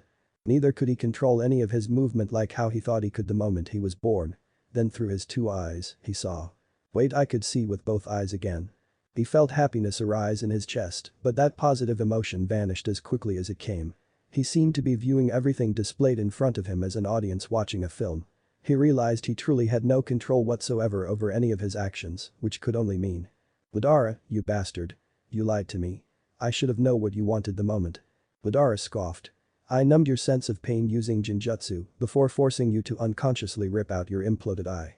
Afterwards, I used up the rest of my chakra to force my soul into your body. Finally, I was able to use your fingers and carefully pry out the Sharingan from my dead body, filling your right socket. You should be grateful I decided not to cause you more pain." "Wait, the Sharingan is that powerful? What do you expect when you have an eye created by Kami himself? Once you explore the depths of the Sharingan, you will reach unlimited heights with it. Since I am in control of your body at this moment, I suppose you couldn't feel the wonders. It sure feels strange being in a child's body. Hey, do you mind letting me take control of my body instead?" Natsu felt unaccustomed to hearing himself chuckle so dark and deeply. Using his body, Madara murmured, "Not yet, boy. I need to establish your chakra line. At this moment, I couldn't even summon the chakra to form medical ninjutsu to heal your wounds." "Ninjutsu? What's that?" Ninjutsu is one of the three main categories of ninja techniques. Basically, it is transferring chakra into real techniques that have physical effects on the enemy. Perhaps in battle, I'll have the ability to channel chakra after I perform the necessary hand seals. "I'm lost." Natsu sighed as he took one more glance at his abandoned body. "The moment this is over, we will begin our training and I will go into further detail in order to pass down my knowledge. However, now is not the time to do so. I should transplant my other eye into your left eye first." "Wait. Not yet, Madara." For Natsu, he didn't want to dig out an eye that works normally in exchange for an eye of a body that no longer functions. The thought of gaining greater powers and climbing new heights were appealing, but if one eye was able to force the guild into the ground, then he didn't see the point of immediately transplanting the other eye. Yet. Madara chuckled. "I see you're edging to defeat those flies first. I understand. It probably would have been an insult to the Rinnegan to be used on those people anyways." Natsu felt his eyes shifting upwards, looking up at open window, where voices were still bickering noisily. He was glad that Madara finally decided to attack them, and the very thought of watching his new abilities in action excited him once again. "I can't believe you are so poorly prepared, Natsu," Natsu said, walking towards the lifeless body in a clump of armor. Reaching forward, he jerked off a large gunbai strapped to the figure's back, weighing it in his thinner child hands. Then digging under the waist of the armor, he brought out a weaponry pouch, strapping it onto his waist. "A few kunes and 3 shurikens should work for the time being. The moment we defeat those flies, we will also have to grab you some clothing and armor. Don't ever think about going into battle without proper clothing." "I get it, okay. Just teach me some of your skills and I'll beat those." "No, Natsu. I'll be fighting. I want you to carefully watch and learn." "But. The best warrior observes before entering a battle. Let's go." 000. The guild was taking all the items, food, furniture, and all from the bakery. They were of no use now that the owner had died, not pitied by any of her guild members. The woman lay at the corner, tattered and hideously bruised, long gashes and streaks of blood running across her body, while her face was twisted with pain. "I think we should at least cremate the princess, my lord," Silas said, uneasily. The master shook his head, disgust written across his aged face. "No. Let the rat savor on that useless carcass. A traitor will always remain a traitor, abandoned by all. But an incomprehensible leader will only lead the future in vain." All eyes turned towards the new voice of a figure leaning against the window. They realized that it was the boy who was sent crashing out the window, which caused them to laugh. "I can't believe that you little wimp came back." The tanned man with the afro laughed along with his other guild members. "I never knew that a little piece of shy." The man never got to finish his sentence. He gasped as a piercing pain tore open his back, a blade-like metal embedded into the back of his flesh. The master's eyes widened in shock at the boy's sudden increase in ability. He tore through the group in the blink of an eye before throwing out string-wired kunais at two members, wounding them on the back. Then without a pause, he skillfully expanded the wire length, spreading before immediately tightening them, trapping the rest of the members in the thick cutting wires. The master marveled at the child's smooth reflexes, incredibly fast speed and skillfulness of his hands, handling such a large group of people so efficiently, while also creating considerable amount of damage, bleeding the members thoroughly. "Something about him isn't the same as the boy I met earlier ago. Something definitely changed. Was he hiding his potential or?" The boy smirked at the sight of the master's surprise, a strange glint flashed in his onyx eye. "I believe they are a waste of my efforts, since they are all so weak and feeble. I was expecting more of a challenge, really. I suppose there is no need to even counter with ninjutsu. I might as well deal with you first. The faster I take your head, the better. How dare you talk about the great blinded Cyclops in such a manner? Pieces of filth like you should just learn your place." Silas roared, blocking the dragon slayer from the master. "Iron make. Axe." The large axe appeared in the bald man's large hands. The boy regarded the weapon, anxious and excited to finally fight someone more challenging. "I could finally use my ninjutsu on someone. Natsu, what element do you use?" "What do you mean by element?" As Silas's first swing of his axe, Natsu began to perform a series of taijutsus, kicking and jabbing at lethal areas of the bulky man's body. Even with his skills, Madara found himself panting in the child's body, his stamina and strength not keeping up with his expectations of the adult body he was so accustomed to. "Natsu, were you the one who performed the Kaiten Kakak no jutsu earlier ago?" Do you mean the fire dragon's roar? So fire is your element? I guess if that's what." Natsu was nearly sliced open by the tip of the axe, manageably dodging it in time. Madara internally scolded himself for being distracted so easily by communicating with Natsu. The next blow came from the right, his supposedly blind spot. Quickly, Madara opened his eye, revealing his Sharingan. His bulky opponent stared at Natsu beyond belief, confused that his torn eye reopened, revealing a completely different eye. Madara smirked, seeing a brief but direct opening when the man stopped his axe and marveled in wonder. Immediately, Madara's Sharingan read the streams of magic evident in his opponent's body before grabbing a kunai and striking a hit below his chest. Gasping, the man fell to one knee. "I see why hitting your chakra points haven't afflicted any damage. It appears that people of your world utilize a much different source of energy, with much different energy streams. However, the Sharingan sees all," Natsu muttered darkly, before kicking Silas across his face and slamming his heel down forcefully across his bald head. The master observed, shocked to see the innocent brave child from earlier ago become some sort of demon, possessing such abilities and seemingly enjoy torturing others, as he grinded his heel deeper into the man's head, causing the bold man to roar in pain and fury. The pink-haired boy wore a wicked grin before murmuring, "Good, I'm glad you still have the resolve to fight. However, I'm afraid I am bored toying with you." Grabbing the kunai that was still embedded below the man's chest, Natsu gripped the hilt and forced the weapon upwards, tearing across the man's heart, his blood splayed across the floor. Silas's eyes bulged out, surprised of the child's subtle, killing will. The once bulky, strong man was just like that, degraded into a pitiful state, reaching his end. Madara, I think you overdid it." Natsu hated the man, in fact everyone in the guild, but watching his own hands perform such a ruthless act made him feel nauseous. "Child, you know nothing of this world. At times, if you don't prove your superiority in front of your enemies, they will never obey." The master knew that this boy was definitely not the boy from earlier ago. But regardless of his skills, he knew that his opponent was nothing but a mere child who has never experienced battles as much as he has. Confident, he raised two fingers, pointing at the child. "Madara. Careful, he could control gravity. Could it be that this man possesses the magnet release Kekkei Genkai?" Aware of the sudden peril, Madara quickly formed hand seals. The master lowered his fingers, interested to see what the child was doing. Hopefully this will work, since your body will probably be more accustomed to fire attacks. It's always wise to try a weak jutsu in front of an enemy first, so your chakra won't be wasted if the jutsu backfires. Your chakra stream is yet to open, but hand seal should compress the little chakra you have into at least one fire jutsu. Even though Natsu was curious what this jutsu is, he is determined that he's the only one who gets to beat that old man to a pulp. Come on Madara. Let me handle this guy, I still need to pay him back for what he did to the girl from earlier. Well spoken from someone who missed aim. Shut up. You have no idea how hard it is to aim when you suddenly have only one eye. Now that I have two eyes, I gotta kick his ass this time. Horse tiger ram monkey boar horse tiger.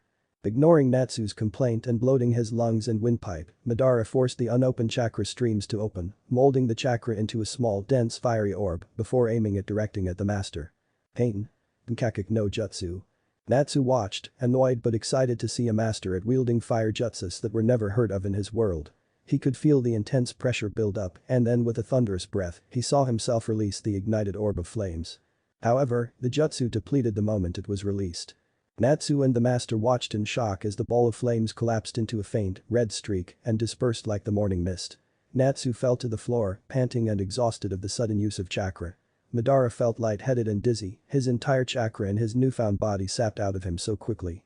The master laughed at the pitiful state of the boy in front of him, shuddering and collapsing again and again while trying to regain conscious. Wow, that was quite a show, Madara-san. I have a feeling you could make him laugh to death if you throw another one of your jutsus. Be quiet. You should blame yourself for have such a weak body. This simple technique was one I easily mastered when I was much younger than you are now. See, I told you I should be the one attacking. After all, this was my body. Maybe you should watch how I do things my way first. Madara scowled, irritated with the child's aloofness. He couldn't believe that he, the mighty shinobi that brought the world to its knees, was now in a child's body, struggling to even perform the basic jutsus that a genin could even learn. He hated that he had to swallow his pride, knowing that despite the child's cockiness, he was probably correct this time. Don't get so confident that I'm giving in so easily, Natsu said to both the Natsu inside and to the master, who seemed amused at his resolve. After all, I still have a trump card. Deciding that he was probably overestimating the boy, the elderly master decided to end the fight. Clearing his throat, he muttered, now that I know you are nothing but talk, there's no point in wasting all my time with a mere child. I still have a guild to watch over.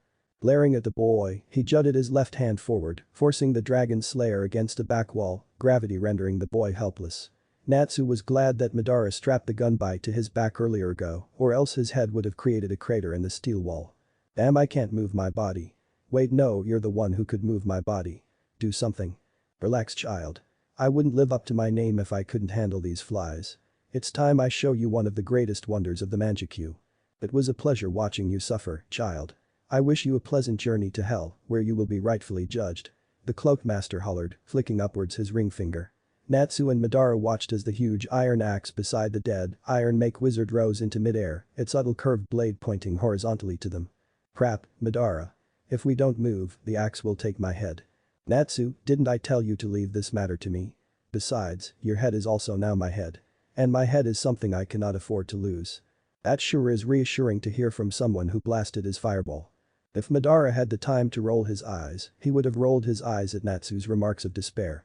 How the Dragon Slayer underestimated the majestic power of the Sharingan irked him to no end. He was doubtful when attacking with the Kaiten. Kakak no jutsu, but the large amount of chakra stored in the Sharingan will work whether the user has a sufficient amount of chakra in his body or not. It's time I show you the inextinguishable flames of hell, something that he would never be able to dodge. But the flick of his twisted old figer, the master hissed, perish. Natsu watched as the view from his right eye disappeared before feeling intense pain and blood squirm out of the corner of his eye. It was only at the moment before Madara released a sudden focus of energy when Natsu finally understood that Madara was holding back his true potential. Amaterasu. Natsu watched in awe as black flames erupted from the arm of the cloaked man, devouring him completely in merely 1 second. As he shrieked in agony, his hold on gravity wavered, immediately releasing Natsu's body. Natsu widened his eyes in relief when he glanced upwards, the axe was where his neck was a moment ago. When he looked back at the master, he saw that the master was futilely trying to rid of the demonic flames, slowly but endlessly chewing away at his flesh, gradually reducing his body to ashes. What a fool. The Amaterasu is one of the highest achievable ninjutsu that cannot be put out for longer than 7 days and nights, burning and eating anything in its path. It certainly is a true creation of God. Before Natsu could admire the power that Madara has given him, pain tore through his right eye, blood blinded his vision. Natsu immediately pressed a hand to that eye, forcing it to close. Fine Madara. Maybe I underestimated you a bit. Madara chuckled, amused at Natsu's reluctance. I don't think a bit correctly describes your mockery, Natsu. Fine, I underestimated you a lot, satisfied. Natsu sighed, taking one last look at the man, who was now reduced to ashes, the fire slowly spreading across the hardwood floor. We should probably leave this building immediately. My failed jutsu caused the surrounding atmosphere to rise to the perfect density for any sparks of fire to ignite into an explosion. And the last thing we need is to be caged in a town swallowed by Amaterasu. Without arguing, Natsu watched as he leapt out the high window. The wired men cried and begged to be released, but they could only watch as their master's murderer turned his back on them, walking mercilessly away. Landing gently on the smoothly paved cobblestones, Madara noticed that his abandoned body still lay there. A barely visible smile crossed his lips at the thought of adding the Rinnegan to his young body, creating the perfect being with both ocular powers. Kneeling in front of the dead body, Madara forced the dragon slayer's fingers forward, reaching for the object below the closed eyelids. Natsu was incredulous when the Sharingan was transplanted into him, but after watching the true potential of Amaterasu, he was more than eager to discover the abilities of the Rinnegan. Someone get some help. The building is on fire. Madara froze when he heard that the black flames are already spreading rapidly. Glancing behind him, he cursed under his breath. Black flames completely enveloped the building, which was barely holding together. From behind, he could hear the cackling flames traveling towards him. Taking one last regretful look at the treasure that was under his fingertips, he turned away and sped down the dark alleyway. Madara-san, why didn't you just rip out the Rinnegan? You don't know the Amaterasu like I do, child. There are times in life when you have to abandon something important to you in order to keep the greater good. I couldn't guarantee that we would have made it out alive if we stayed a moment longer. Never underestimate the flames of the Amaterasu. Despite his disappointment, Natsu realized that Madara was right. The black flames were already biting at their heels, edging forward at an incredible speed. Natsu noticed how calm and contained Madara was, running non-stop past the many building. Realizing that his stamina was reaching its end, Natsu quickly formed the ram seal. Shunshin no Jutsu. In a puff of smoke, the pink-haired dragon slayer disappeared from the wretched town, leaving the town to burn until its very existence will be forgotten. 000. A few days later. A man in a white, high-collared overcoat perched on a cliff, studying the acres of black flames that flared lively below him. The man frowned, surprised that the town where he grew up in was truly reduced to nothing, almost every being there was killed. So the rumors are true. Thousands of people died in one attack, unbelievable. Even my old man failed to defeat that one wizard. He must be strong, he must be an air anchor, perhaps an S-class. The tall, muscular man shook his head in wonder. Even though my old man was foolish, he was still a gravity manipulator, one who could dispel any magic thrown at him. But those flames. Allowing his mind to wander, he suddenly remembered the only person he cared about. His sister. Sighing, he knew that she must have also died in the flames. Miranda, if only you left with me that night, things would have been different for us. Summoning his own magic, the man decided to see for himself the true power of the flames. Fall. He forced an intense increase of gravity across the acres of burnt land, cracks formed, and the earth's plate itself shifted, sending the black flames directly down into the ground. Satisfied at his work, he watched the flames diminish until there was barely a trace of its presence. It appears that the infamous flames from hell were nothing but an exaggerated rumor. It is only right that my old man's gravity magic will be inferior to mine. After all, we are now on a whole different level. From the corner of his eye, the man saw a streak of black flames burst back onto the surface. Taking a step back, the man realized that the black flames not only refused to decrease, but it has in fact become stronger, bursting out of the cracks and roaring aggressively against the drop of gravity. I don't understand. This is the first time a spell has proven fall to be inferior. But how? How is this possible? Gritting his teeth, the tall man turned away from the scene. It was a long time since he felt his abilities threatened by another magic. Someday, I will definitely defeat you, whoever you are. Even if you try to hide, there is nowhere for you to hide with a power like that. But to defeat him, I must seek a power so great the flames he cast will cower in defeat. Chapter 4. Argent Town. July 2, X 784. Why is my heart beating so fast? What's gotten into me? In the wealthy and prosperous Argent Town, there was a crowd of young girls surrounding a mage. A young, busty blonde girl in a sleeveless, high-collared white and blue vest with a blue miniskirt was no exception. However, unbeknownst to the girls, they were caught in the wizard's charm. Ah, you're too kind, the dark-haired mage who wore ornate clothing and decorations along with a high-collared cape, responded modestly to one of the bewitched girls. Turning his head towards the blonde celestial mage, he grinned. He looked at me. The blonde mage could bear it no longer as her rapidly beating heart almost leapt out of her throat.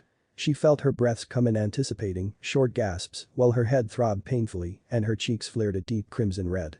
Quickly, she rested a hand to her chest, trying to calm her rapidly speeding heart while worrying that her large bosoms was close to breaking free of her tightly encased vest. She felt that her life ended right there, that the man of her dreams had finally noticed her. At that moment, it seemed that nothing else mattered. All she ever wanted was him. Is it because he's a famous wizard? Is that why my heart is throbbing?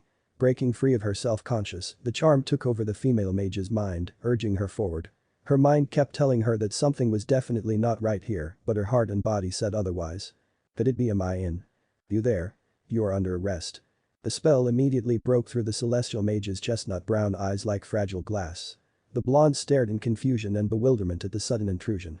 The crowd of bickering girls was also shocked as the spell was unknowingly broken, their high-pitched shrills of compliments vanished so suddenly, they also were confused at what happened and they searched for the voice, frantically wondering what was about to happen. From behind them, they heard incoming footsteps march towards them at an even, well-paced rhythm. The crowd of girls realized that there was no doubt about it. Our rune knights. Turning around, the once infatuated crowd stared in worry, confusion, and fear at the rune knights, who stopped simultaneously in front of them. The division commander frowned and pushed up his glasses before continuing with his demand. I would like Salamander sent a step forward. Immediately, the girls willingly took a step to the side, exposing Salamander completely to the commander. The commander remained expressionless as her studied the dark-haired mage from head to toe, taking in his appearance. Salamander felt the pit of his stomach twist into an uneasy knot. He really didn't like the direction the encounter was heading towards. He knew that if they for some reason suspected that he was, in fact, the exiled member of Titan Nose, they will take him down without hesitation. Deciding that his popularity and status were more than enough to convince the knights that they probably made some sort of mistake, he calmed himself and a dazzling smile was once again displayed on his face. So I assume you are Salamander? The young commander with green hair asked, his eyebrows knitting together in suspicion. Smiling, the Salamander replied. Yes, the one and only. A good 10 seconds passed as the two stared at each other. Finally, the dark-haired mage smirked when he saw the commander gently shake his head and turn towards his men. I was probably overreacting with my title as Salamander, nobody, not even the army, dares to approach someone holding such a great title. Arrest him. The mage's triumphant smirk faltered as many rune knights grabbed him sturdily and held him down on his stomach. The surrounding girls began to scream and many fled far away from the scene as possible, not wanting to also be caught and taken in if they are labeled as the wizard's associates. The blonde-haired girl with the side ponytail stared in shock at why the commander has ordered the well-known and prominent mage, Salamander, to be taken care of like a criminal. The mage wanted to resist and summon his abilities. However, he knew that doing so would only confirm their suspicions of him, whatever it was. Deciding that smooth talking was his best shot, he genuinely asked, please Commander, would you care to explain for your actions? I was hoping to ask you the same question, actually. But we'll have plenty of time once we start the interrogation. Interrogation? What is this guy saying? The mage pondered on that thought for a moment. No matter how much he weighed the possibilities, something just didn't seem right. If Titan Nose did something recently that had upset the Magic Council, they wouldn't hunt down an exiled member, right? What good would that do them anyways? To have so many rune knights after me must have meant that they regard me as more than an ordinary criminal. Unless they are after me because they figured out that I'm an impostor of Salamander, take him in, the commander said, his back to the man subdued on the ground. I don't expect him to spill out anything that will dirty his image in front of an audience anyways. Take him to the headquarters. As the knights hurled the mage to his feet and shoved him forward, the man shouted in desperation, realizing the true danger of his situation. What are you all talking about? This isn't right. As the great mage Salamander, I had done nothing wrong. As commander, you should know my great deeds I had done through the years miraculous. Therefore, taking me into prison is a stain to both your status and my.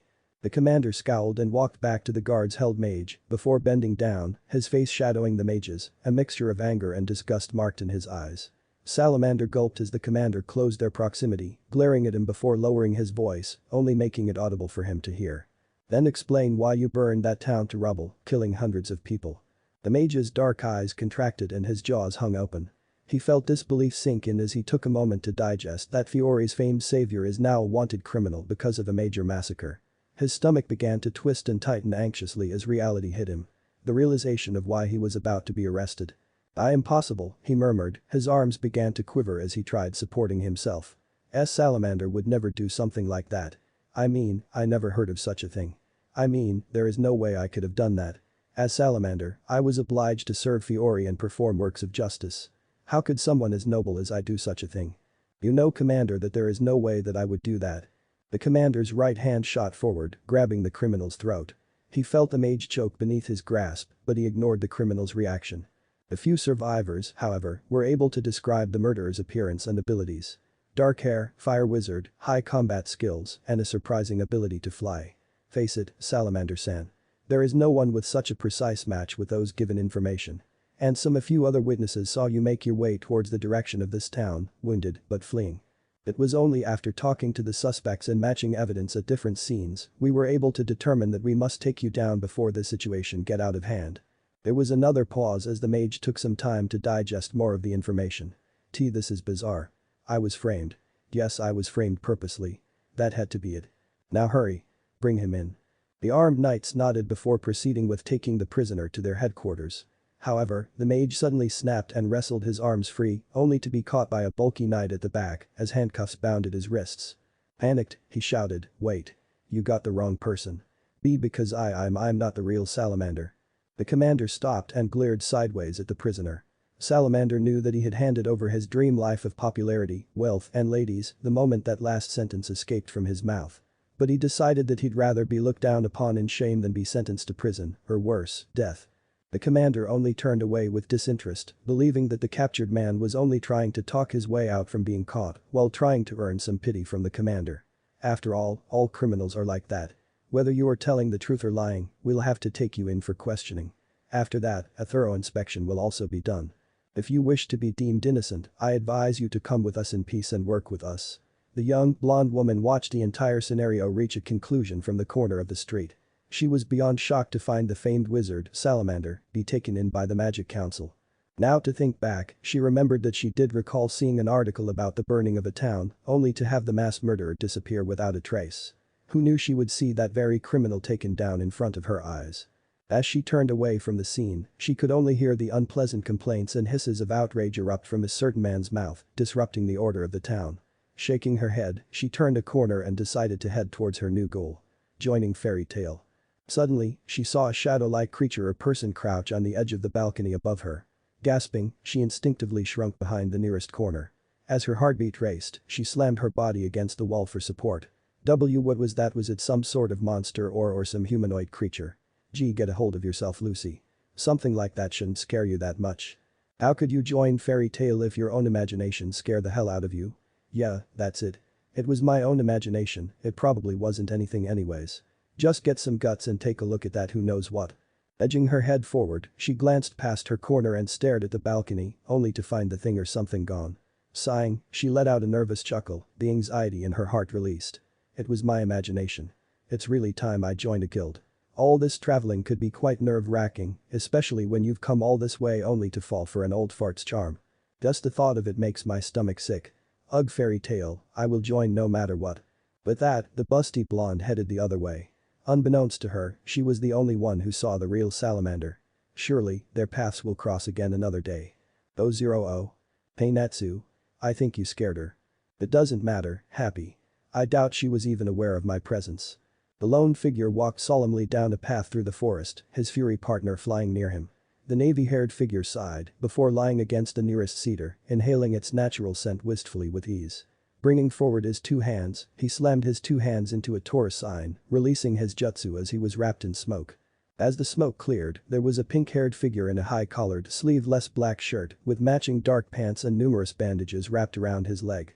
As he lifted his hand to a nasty wound on his thigh, he grimaced as his hand and wound made contact, which was making it irresistibly hard for him to not scratch the blotched reddened area of skin. Summoning a faint, soft green glow of light to his fingertips, he began to mend the torn tissues at his thigh. As he felt his muscles begin to contract normally, the lean figure let out a relieved sigh. However, as he removed his hands from the injury, he flinched from the pain that reformed, causing his leg to collapse from the acidic pain still present in his leg. You really are a fool, kid. How many times have I told you to give up? What is important for the greater good? Natsu sighed, exasperated. I get it, Madara. I don't need to hear you nag about that all the time. Besides, I just got distracted. You are a mage with shinobi standards, Natsu. I know well that someone of your abilities wouldn't make such childish mistakes, yet you still act like an ignorant child. Being distracted is not a good enough excuse, Natsu. I know very well why you had to lose sight of that flute when it was in your very grasps. An uncomfortable silence took over. The flying blue feline walked beside Natsu, worry marked in his large eyes. This is one of the moments when Natsu is talking to himself again, happy thought, staring intently at Natsu's darkened expression. It's strange Natsu is talking to someone called Madara, but I still don't understand moments like these, even though I'm his best friend. The pink-haired mage finally shrugged, his face changing drastically from serious to carefree, brushing off Madara's words as he focused his chakra to his fingertips, trying to master his weakest shinobi skill. I told you it wasn't my fault. That bastard got lucky and his friends came along to retrieve that flute when I wasn't watching. It's not that. Natsu heard Madara scoff in annoyance at his denial. Yes, it is that you are still connected to that adoptive father of yours. You are still fond of him, despite the fact that he abandoned you for his own treacherous desires. Humans and dragons are not the same. You simply cannot compare a human to any beast because we are created as higher beings to rule. I get it. Natsu suddenly hollered, his fingers entangled in his thick strands of pink hair, pulling them out like a madman. Can you just be quiet? I'm sick of hearing you ramble on and on every day. How many times do I have to tell you that I'm no longer related to that traitor? That dragon never taught me anything or made me stronger, and the so-called love he gave me was never there to begin with. I refuse to seek him ever in my life or beg him to take me back. I even abandoned the name my father branded me with to Uchiha. Just what else do I have to prove to you? Then why did you turn back? There was another long pause. Natsu paused for a moment too long, knowing that Madara caught his mistake from their previous mission. Clenching his fists, he tried opening his mouth reply, only to slowly close it as realization dawned upon him. You see now, child. When you were fighting that acid magic user, your abilities far surpasses his in every way. You fought focused, cunning, analytic, and furthermore with a desire to take one step closer to completely our goal to create peace for this world. Yet you still underestimated your opponent as always. When that scarf of yours was pinned into the pit by his weapon, I knew that you glanced at your scarf, and I knew that the thought of grabbing the scarf crossed your mind. This is your own failure, Natsu. You failed to focus on what was the main objective at hand, and you created a direct opening for your enemy. The pink-haired mage rolled his eyes, pouting, I was toying with him because of his unique magic. At least I made sure I had him burned to death. But that does not change the fact that the flute was taken by his clan members. Madara, it's guild members, Natsu sighed, guilds not clans. Anyways, it seems that you smelled that man's carcass. Which could only mean. He was burned by the intensity of my fire, Natsu mused, subconsciously tossing a nearby pebble in his hand. It was a fitting death for someone like him. But he was killed by his own comrades. The pebble in Natsu's hand rested there, as the mage pondered on that thought for a moment. I see. They didn't want any information to be leaked in case he was ever interrogated, which meant that they abandoned their comrade as a decoy to fend me off, taking the flute with them. They must have known that I had extracted information from one of their members, using my Manjikyu Sharingan to force him to spit out the location where they hid the flute. Yes, you are still lacking in experience. A sly warrior accomplishes only his tasks and leaves the scene clean while you toyed with your prey, allowed yourself to get hurt, and then proceeded with blowing up an entire town, which well informed the entire world of your presence. In the end, you were forced to escape the scene, losing your fame and support while being marked as a wanted criminal. And now we have no lead as to where we should search for the flute due to your juvenile acts. Grunting with disinterest, Natsu replied, well, luckily for us, there's an idiot who was carelessly using my fame. Before I went to that small town in the east, I heard a rumor from several love-struck ladies that they saw me near Magnolia Town. Even though it was just a rumor, I decided to rely on the rumor to throw my pursuers off my trail. I suppose my henge no jutsu resembled that fate quite well. Aye, sir. Happy shouted cheerfully, floating gleefully on his wings. I think your transformation looked much better than the weirdo. I am certainly impressed with your quick thinking to escape and mislead the pursuers of the Magic Council, but that doesn't mean you are safe from society. We wouldn't want any more obstacles in our way to bring peace to this world, and that includes eliminating unnecessary emotions. Either as a mage or as a shinobi, you must never lose your composure and reveal any weaknesses to your enemy. Happy watched in worry as a dark smirk widened across his partner's face as he released a dark chuckle from the bottom of his throat. I thought I made it clear I had severed all my ties with that dragon, Madara. This failed mission had taken away the remaining doubt I had about the life I once shared with him. But really I was quite fond of that scarf. It matched my attire perfectly and it kept Happy and me warm in the winter, right partner? Natsu grinned at his feline friend, releasing the tension around them. Aye, sir. But would you do the same for this cat? What are you trying to say, Madara? Natsu thought, fearing that the conversation might upset his furry partner. Happy isn't a cat, he's my friend. You promised me that you would rid of any feelings you hold dear to you. And that would include anything you feel for that feline. I, in fact, find it utmost amusing that you would treat a mere feline with such an embrace of feelings and care, as if it is a human. Shut up. Natsu growled intimidatingly, his scarred right eye flew open, revealing a crimson-red iris, its complexly structured black pupil twisted menacingly, clearly reflecting Dragonslayer's sudden burst of anger. Happy was suddenly taken aback, knowing that Natsu was angered by this Madara, yet he doesn't know how to help his partner, except to fret with worry. And Natsu? Hearing Happy's timid and frightened voice brought the pink-haired dragon slayer back to his senses, as his contracted blood-red eye forcefully closed and his other onyx eye smiled down at the feline. I'm fine, Happy. I just kind of lost it again. And yet, you still stand up for it. I don't know if I should praise you for your stubbornness or pity your useless feelings. Nothing good will result from being too close with an animal or relying on your emotions. Dragons, cats, they are all the same. You can't even trust humans, your own kind. You can only rely on yourself. I get what you mean, Madara. I could even rehearse your speeches to you, since I hear them every day. It's torture to my ears. TSK. You don't know what is good for you, child. However, I can never agree with you on abandoning your emotions, Madara. Because you are actually more to me than just a spirit from another world who ended up in my body and taught me just so I could continue his legacy. Even though you always seemed like you never did care for my well-being and all, but every time you scold me for my mistakes, teach me, and challenge me to unimaginable heights, well, I couldn't help but think of you as the father I once had. I know this is stupid, but I think I rely on you more than I thought I ever would. I rely on you similarly like when a child relies to his parent. This isn't perhaps a horrible feeling to have, because every time I tried achieving the impossible or fighting against an opponent, I would always rely on your voice, which is surprisingly, the source of power. At times, I rely on my emotions to do well and to prove to you my power, which is also why Happy is giving it his all, too. Happy fights his every breath for me, just as how I fight as if there is no tomorrow for you. Though we are different creatures, we may have a heart that connects. You seem brighter than I thought you were. Indeed, those feelings are true and pure. However, you can never see what is in a man's heart. You never know what darkness you could hold, Natsu. And once you witness your own desires, the truth will conquer your morals, leaving no bounds for you to seek for your power. I had also seen the. But at the same time, you rely on me too, Madara. And how is that so? Well, you really need someone to nag to. You talk awfully a lot for a cold-hearted shinobi. As much as I admitted to love having you around, it's probably too early for me to admit that, since we're stuck together forever and neither of us could kill nor abandon each other, even if we wish we could. Natsu, Happy snapped the dragon slayer's mind back to the real world. If we're going fishing, we should do it now before the sun goes down. Natsu placed a hand on the tall cedar, rising to his feet while trying to shift his weight to his left leg. Sure, Happy. I think my wound should be cleansed. Besides, I should rub off the blood on my clothes and armor. I would arouse suspicion if I enter another town with blood smeared across my body.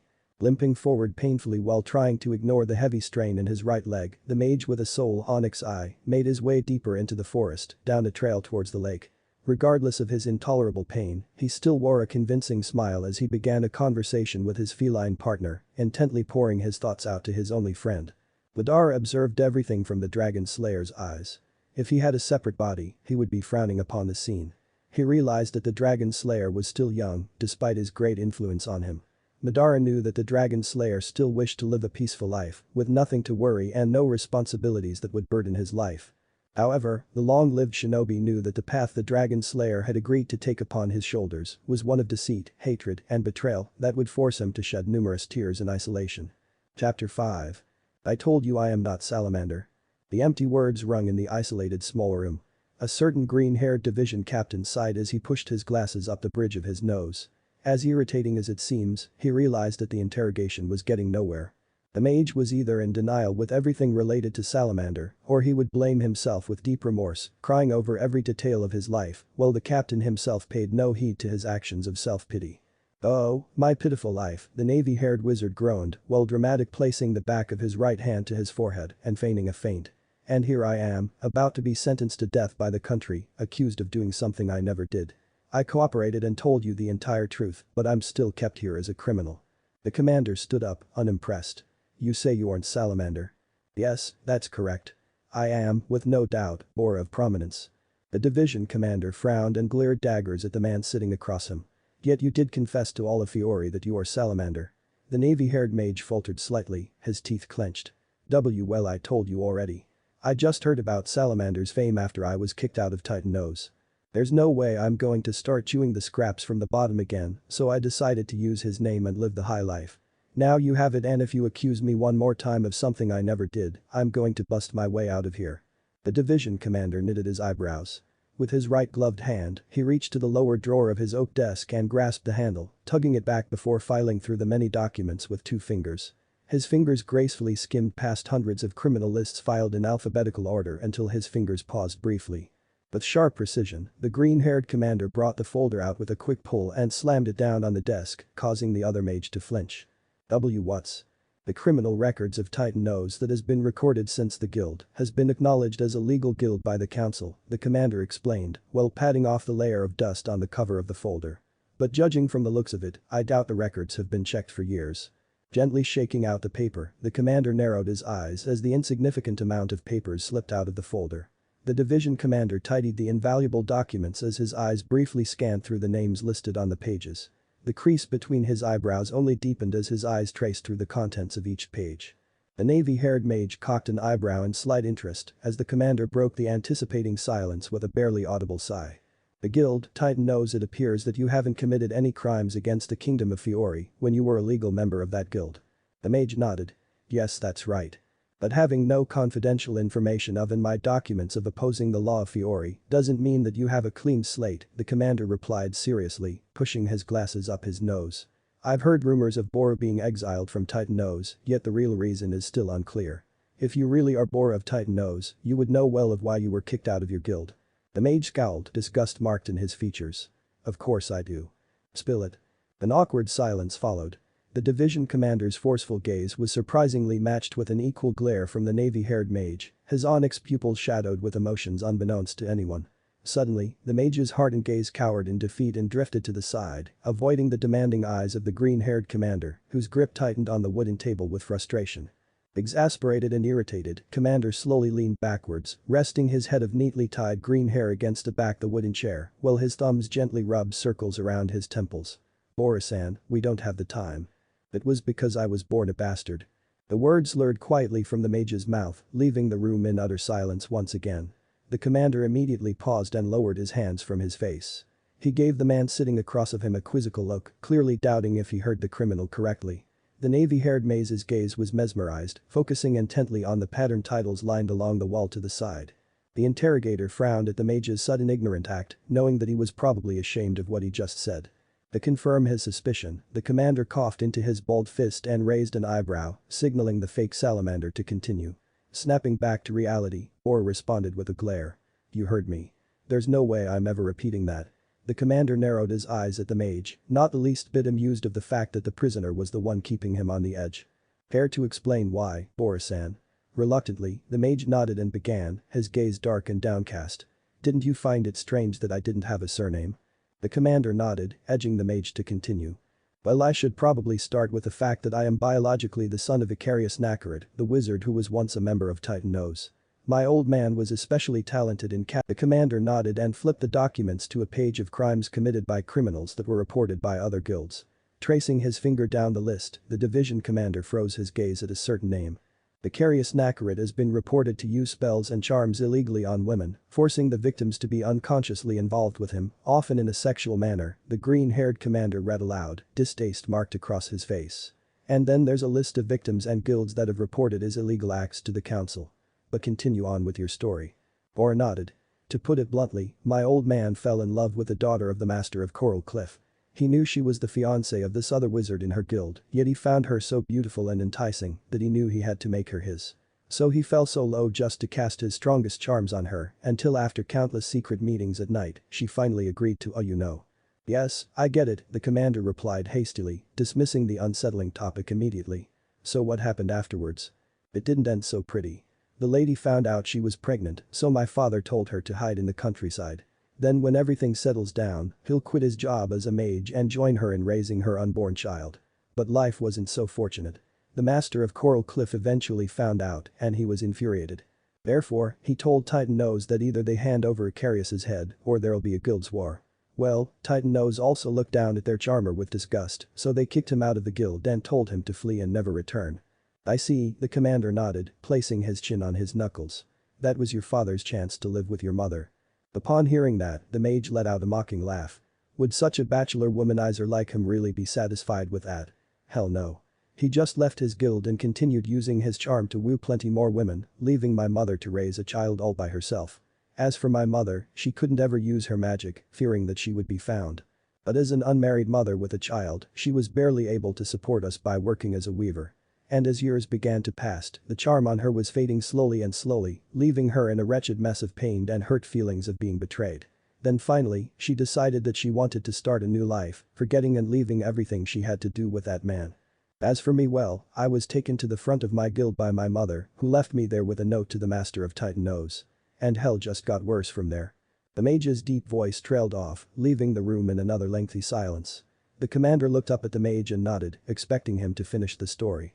But you haven't told me why you were exiled from your guild. I'm getting to that, the infamously known mage muttered. I was accepted into the guild only because the master took pity on my mother. But I was laughed at and humiliated throughout my life by all the guild members. When they ridiculed me just because I had showed talent in spells, I decided that I would master a different and powerful magic and make them regret ever forcing me to carry on every torturous moment of humiliation and shame. Life began to turn out better and I was finally acknowledged as a mage of Titan Nose. But my life took another change after I got back from a mission. It seems that one of our guild members has been illegally using his charm and spells to bring young women to prostitution businesses. Yet this had to happen when I was on a mission near the trading area. So when I got back, I was framed and kicked out of my guild without a chance to even prove my innocence. The green-haired commander merely nodded and brought out a hand-sized notepad, jotting down some notes with a fine pen before turning his attention back to the mage. So what did you do after you left your guild? The man sitting opposite shrugged.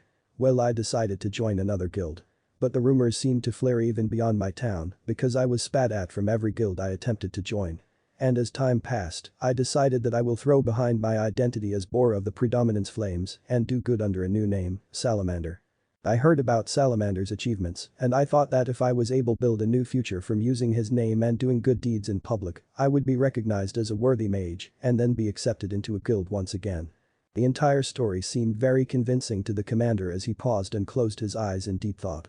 Bora was quite satisfied with the explanation that he said as he waiting impatiently for the commander to dismiss him from the nerve-wracking building and announce his innocence. You're lying. The corners of the navy-haired man's lips dropped as he eyed the commander skeptically. Stammering, he asked, what do you mean? I revealed to you the most embarrassing truth that I would never tell anyone, but you still refuse to believe anything I say. The green-haired commander simply gave a small nod before replying. Well, you see, Nakarat-san. Don't call me that, the mage hissed, his eyes narrowing slightly. Bora-san, everything that happened during your childhood appeared to be very truthful. However, as a renowned interrogator, I could hear the holes in your story. For one, I was sure giving out autographs to a crowd of lovesick ladies wouldn't have anything to do with proving good deeds. Am I right, Bora-san? The navy-haired mage's blood ran cold. He felt his legs begin to tremble unconsciously as he realized that the magic council was there when he was casting charm on a group of girls. He opened his mouth to retort but the commander raised up a hand, wishing to continue. You see, Bora-san, the commander continued as he adjusted his gloves. The magic council still doesn't understand what Salamander is really doing. His works are extraordinary yet it appears that everything he has done was for his own interest. I suppose the multimedia had been the one spreading the great things he had done and inspiring people across the country, which was what reached your eyes and ears. But in return, what reached our ears from society recently was a salamander who continues to do awe-inspiring works while hosting unusual parties during his spare time. You see, knowing Salamander, our final conclusion was that there's a real and a fake. So you knew from the beginning, the criminal stammered in frustration as his frustration became anger. His grip on his chair shuddered with unease. Why you knew from the damned beginning. The commander couldn't help but smile at this. Yes. I had the feeling that you weren't a real salamander from the way you reacted in answer to my questions. But when you admitted yourself that you are actually Boar of Predominance, I decided that this could be the perfect opportunity to find out the truth behind your numerous rumors. In others' words, you lowered your defense in order to mislead me on the fact that you're not salamander, but I'm afraid you fell straight into my trap. And now that I know half of truth, you're under suspicion for using illegal magic for illegal female trades. We'll continue with further investigation for this matter soon. But for now, you are to be held custody here. Wait. This couldn't be right. The deceptive mage shouted, his confidence wearing off as he wearily got to his feet. Aye. And the fact that you're wearing spell rings only state the obvious, the commander said, causing the mage's face to pale. But I'm glad I heard most of the truth from you. It would be much more troublesome for me to extract information from someone who's reluctant to answer. But for now, I have more important matters to attend to. The navy-haired mage glanced at the nearest exit, wondering if he should make a run for it. But the commander narrowed his eyes and immediately snapped his fingers, calling several rune knights to the room. The men in white robes grasped the struggling mage as he was writhed and put down harshly. As the commander took one more look at the pitiful man, he turned away and left the interrogation room. Just where are you, Salamander? The commander thought as his footsteps echoed down the hallway. Reaching the closed end, the division commander slumped against the wall, his fingers gently massaging his forehead, which creased from fatigue and worry. The green-haired commander bit his bottom lip as his gaze drifted to the elaborately carved oak door opposite of him. He could already imagine the disappointment and anger he would have to deal with when he reports to the 10 wizard saints about the whereabouts of Salamander. You have been spacing out for some time now, captain of the 4th Custody Enforcement Unit. The captain flinched upon hearing the voice. Glancing to his right, he saw a blue-haired man clothed in a black-collared white tunic with a medallion of his status tucked beneath his collar. Behind that man was a young woman who had fair skin and long, waist-length raven hair. She was in her usual leisure attire of white gold-trimmed robes, while absent-mindedly tossing her crystal ball in her palm. As the commander's eyes fell to her other hand, he noticed a folder. Immediately, the commander regained his composure and gave the other two a small, respectable nod. Greetings Seagrain-san and Milkovich-san. Were you expecting me after your meeting? The man with neat blue hair, Seagrain, shifted his face towards the commander until the red markings along the right side of his face were revealed. He gave a half smile, replying, "The council had a meeting about mandatory information which I would like to discuss with you, Leher." The green-haired commander frowned slightly, confused at the words of one of the 10 saints. Councils hold mandatory meetings that are kept in utmost secrecy, which contain invaluable information that could bring the entire nation down if leaked. The commander furrowed his brows as he considered the upper-class mage's words. Upon seeing the creases on the commander's face, the blue-haired mage let out a small chuckle. Seagrain-san. What is the meaning of this? If the council members exit that room and walk into our conversation, then. I was planning to ask you why you were late, the wizard saint mused. It's not like you to be late for attendance, especially something regarding such an important report. The green-haired commander widened his eyes as he realized that he was the one who lost track of time. It was extremely rude of him to keep the Magic Council waiting. So without hesitation, he gave the other mages a 90-degree apologetic bow. Please accept my apology for my tardiness to bring the report. It did take quite a while. But that's all acceptable now that you're here to bring the Magic Council useful information on Salamander, the blue-hair mage replied casually, ignorant of the commander's paling features. I'm afraid my report is a failure, the commander murmured as he hung his head, embarrassed. The blue-haired mage cocked an eyebrow, seemingly surprised at the commander's answer. How is it a failure? It appears that the man I trapped at Hargent Town isn't the real Salamander. Silence took over the hallway. The commander expected the wizard saint to shout in fury or to deem him useless and pathetic. As the silence dragged on, the upper-class wizard cracked a smirk, dropping his serious facade. I'm sure we all knew that from the beginning. I had a feeling that he is a fake, since we all know how the real Salamander holds the title of being one of Fiori's greatest escape artists. For him to be caught so easily would be quite disappointing. The commander released a breath of anxiety. But Seagrain-san, what's the purpose of having me bring you this report if you knew all along that? Leher, the pale woman with dark hair, gestured him to take the thick folder she held. I'm sure you're familiar with the guild, fairy tale. Leher was startled by the sudden change of topic, but he proceeded to answer the lady. Yes, Milkovich-san. I heard recently that they are unusually active. The woman's crimson lips formed a small smile. The council was mainly discussing about all the damage that guild has done to properties, especially during jobs. We even considered if we should disband the guild. But good old Yajima was against the proposition, probably because he was a close friend to Fairy Tale's leader, Makarov Dreyer. But it would be much appreciated if you could go through every little detail and bring us another report if anything should be overlooked. The commander nodded and tucked the documents under his arm. He gave the woman a polite nod and said, very well. I'll look over the reports on the guild and any illegal acts they have committed. But in the meantime, there's something more we would like to request, Seagrain said, his expression suddenly sincere. Bahara nodded. Anything? You see, Salamander is truly fascinating. He always penetrated Dark Guild single-handedly while leaving the scene clean. He is also widely known for being ahead of the Magic Council while always managing to hide his identity. However, he never takes any credit in his works and he wishes to remain anonymous. This leaves us with one question. What is his true objective? Leher furrowed his eyebrows in deep thought. His eyes narrowed at the blue-haired wizard saint as an uneasy feeling crept up his spine. What are you planning to do, Seagrain-san? The corners of Seagrain's lips curled upwards into a devious grin. The green-haired commander continued to stare at him, their gazes challenging and anticipating each other's answers. At last, the wizard saint gave a light-hearted chuckle. What's with the anxious look, Captain? I'm just asking for a small request. And what is that? You see, the blue-haired mage continued. I need more information on Salamander. However, being the tricky and tactical person that he is, I doubt we'll manage to catch and interrogate him if we continue to send out armies through the city. In other words, I suppose you could say that we need to send out someone to locate Salamander and take him down one-on-one. Leher's eyes widened in surprise. Incredulously, he shook his head, replying, that's a very risky plan, Seagrain-san. There aren't many mages in our council who could actually take him down one-on-one. We don't even know his full potential, so sending out any mage could easily backfire the plan and put that individual in perilous danger. That is, unless you want to send out one of the 10 wizard saints. The blue-haired mage shook his head. It would be much too obvious if we sent such a high-ranked member of the Magic Council into society. Even in disguise, I'm sure Salamander wouldn't be fooled so easily by a transformation. The commander narrowed his eyes. Then who exactly do you have in mind? I'm sure you are familiar with the newly promoted captain of the 6th Ambush Enforcement Unit. Seagrain asked, which caused Leher to pale. Why you couldn't mean her? 000. Hey Natsu, are you sure you don't want any muff wish? The pink-haired mage smiled at his partner, who was too busy stuffing his tiny mouth with fish to talk properly. They sat around a cackling campfire in the woods at night. The mage was quite exhausted from fishing dozens of fish and taking a quick dip into the river nearby. His leg was almost completely healed, but he still couldn't hold back a hiss when he attempted to use it normally.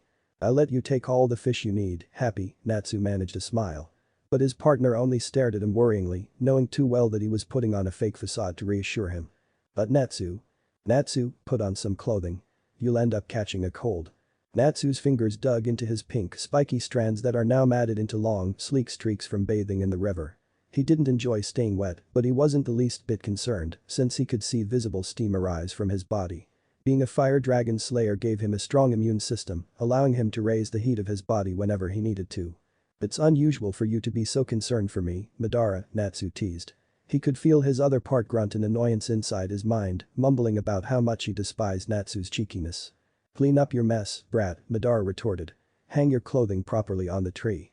Natsu glanced uninterested at his other articles of clothing that were scattered carelessly around the campfire. He really didn't care if his clothing would end up like crumpled seaweed the next day, so he allowed his worn-out muscles to make the decision for him. Lying down in nothing more than his dark trousers, the mage slowly succumbed to sleep. Hey Natsu. Natsu's whole onyx eye fluttered open in slight annoyance when his feline partner interrupted his restful sleep. But he merely sighed and sat up, knowing that it would be a long time before he could return to the blissful state. What is it, Happy? There was a lengthy silence as the flames danced and cackled quietly. Natsu, was this the forest where you adopted me? The pink-haired mage gently closed his eye and focused on the scent of the woods. He picked up small details from the scent embedded in the wind to the wild cedars and pines clustered together in the woods. There was no doubt. Yeah, you're right, Happy. I'm sure we're near the place where you first hatched, Natsu replied, as vivid memories flickered emotionally in his pure onyx eye. He gazed at his adorable feline partner, who climbed onto his lap and nestled there, just like how they did when they were younger. Natsu couldn't help but smile affectionately at his partner as he laid back against Natsu's bare chest and listened intently to his resonating heartbeat. Looking upwards at Natsu with large, doe eyes, the blue-furred feline asked, "How did you find me, Natsu? What happened before?" Natsu gazed down at his small furry partner, whose tail twitched excitedly back and forth. Amused, he said, "You see, Happy. When I found you as an egg a few years ago during survival training, I wanted to eat you." The dragon slayer suddenly noticed that his partner began to shiver, and it probably wasn't because of the cold. Happy's eyes widened so large, Natsu thought they could have dropped out of their sockets. Natsu, Happy murmured. What did you just say?" Natsu frowned, as if in deep thought. "Let's see. I was quite hungry that day after an endless days of practice. I saw an egg of such a size, so you couldn't blame me for wanting to devour it. I just couldn't decide if I should cook it hard-boiled, scrambled or if I should just eat it raw. Judging from Happy's anxious features, Natsu knew his partner took his words quite seriously. However, it was until Natsu began to cough out a laugh, Happy then realized that he was as usual, fooled. Frowning, he pouted angrily. Natsu, that's not funny at all. Upon seeing his friend's childish burst of anger, Natsu couldn't help but grin. I was just kidding. If I really did cook you, you would have tasted horrific anyways. Truth is, I thought you were a dragon that was yet to hatch. And Madara here desperately wanted to get rid of you, Natsu thought, which resulted in a grunting of disapproval from the mind-trapped shinobi.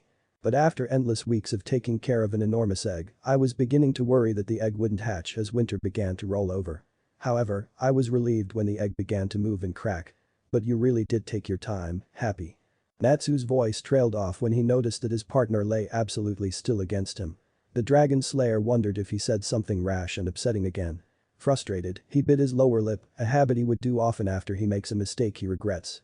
Cautiously, he raised his hand and patted his friend's head in reassurance. Happy? The blue feline slowly lifted his petite head, his abnormally large eyes downcast and somber. And Natsu, are you disappointed in me? Natsu tilted his head to the side, studying Happy carefully. He knew precisely where this was going, and he didn't like it the least bit. Happy in return continued, I mean, weren't you disappointed that I wasn't a dragon? I'm nothing more than a cat that could use some magic to fly. I bet you always wanted a dragon that strong and powerful, not some weak partner who couldn't even protect his only friend when he. Happy? Stop it. Happy looked up to find his closest friend on the edge of irritation. His onyx eye narrowed dangerously at him, either of utmost anger or disappointment. Happy's instinctively had his ears droop forward and his tail tuck in neatly and submissively. I am made Natsu upset again. Happy, lift your head, Natsu sighed, annoyance present in his voice. Do you know how pathetic you sound? You're always apologizing for every incident as if you're the one at fault. I didn't find you and spend all those lonesome, long weeks taking care of you for nothing. I didn't give a damn if you will be born a dragon or not when I risked my life protecting you from Gorians. And I never wanted anything more than to see you grow up strong, healthy and happy. Natsu's furious words echoed and dissolved into silence, making the forest seem much more intimidating. However, looking down at his partner, the Dragon Slayer's eyes couldn't help but soften. Happy was sobbing and choking over the long streams of tears that flowed from his large eyes and down his puffed-up cheeks. And Natsu. Sighing, the Dragon Slayer clasped a hand firmly to the back of his partner's head, pressing the feline tightly against him. He knew that during those moments, his partner was at his weakest, which was something he did not want to see. Happy buried his tear-filled face into his partner's chest as he held tightly onto him, the smaller one's tiny claws unconsciously dug into the other's bare skin. Happy, we were both born into this cold world, abandoned and alone, Natsu muttered, his voice low and quiet. When I found you, I knew it was fate. It doesn't matter what or who you were. I accepted you solely because I refused to abandon you like how my human parents and dragon father once did. When I saw you as an egg left to die in the forest, I decided to raise you, no matter what it takes. And I never would go back on my actions. But Happy, you have to remember that I'm only here for you temporarily. Happy sobbing paused. Temporarily? We can't always look after one another, Happy. There are times when you'll fight your own battle, a battle of life or death. When that happens, you won't run away. You will be the one protecting yourself and only yourself.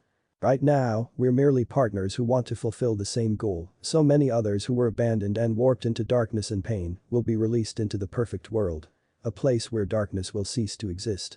I'm nothing more than Natsu's partner, Happy thought, saddened by the Dragon Slayer's words. However, Natsu continued. I just want you to know, Happy, if I ever become a burden to our future, I want you to leave me in order to strive for the greater good. Happy stared at his partner, horror and disbelief written across his face. And Natsu, I can't do that. You know I can never abandon you like that. I don't want to just protect myself, I want to protect you too. Besides, you know I can never use the Sharingan and save the world. I can't. Natsu chuckled lightly in amusement at Happy's worried, stricken features. He gently gave his furry partner a pat on the head and said, Happy, I'm not asking you to continue the plan. I'm simply asking you to unhesitatingly leave me if I ever get caught or if I ever put your life in danger. I wouldn't want you to ever be responsible just because you're the partner of the salamander. If it ever comes to that, act as if you never knew me. No matter how difficult, I'd have to put the plan and your safety ahead of my own. I would find a way out the problem myself and continue the plan somehow. Tears gathered at the brim of Happy's eyes, threatening to spill out. But, and Natsu. Besides, Happy, wouldn't you want to find a mate? The blue feline gazed at Natsu, dumbfounded to hear his partner change the topic so abruptly. Natsu smirked slightly as he noticed a noticeable red tint appear on Happy's cheeks. Natsu. What are you talking about? Natsu shrugged, acting carefree.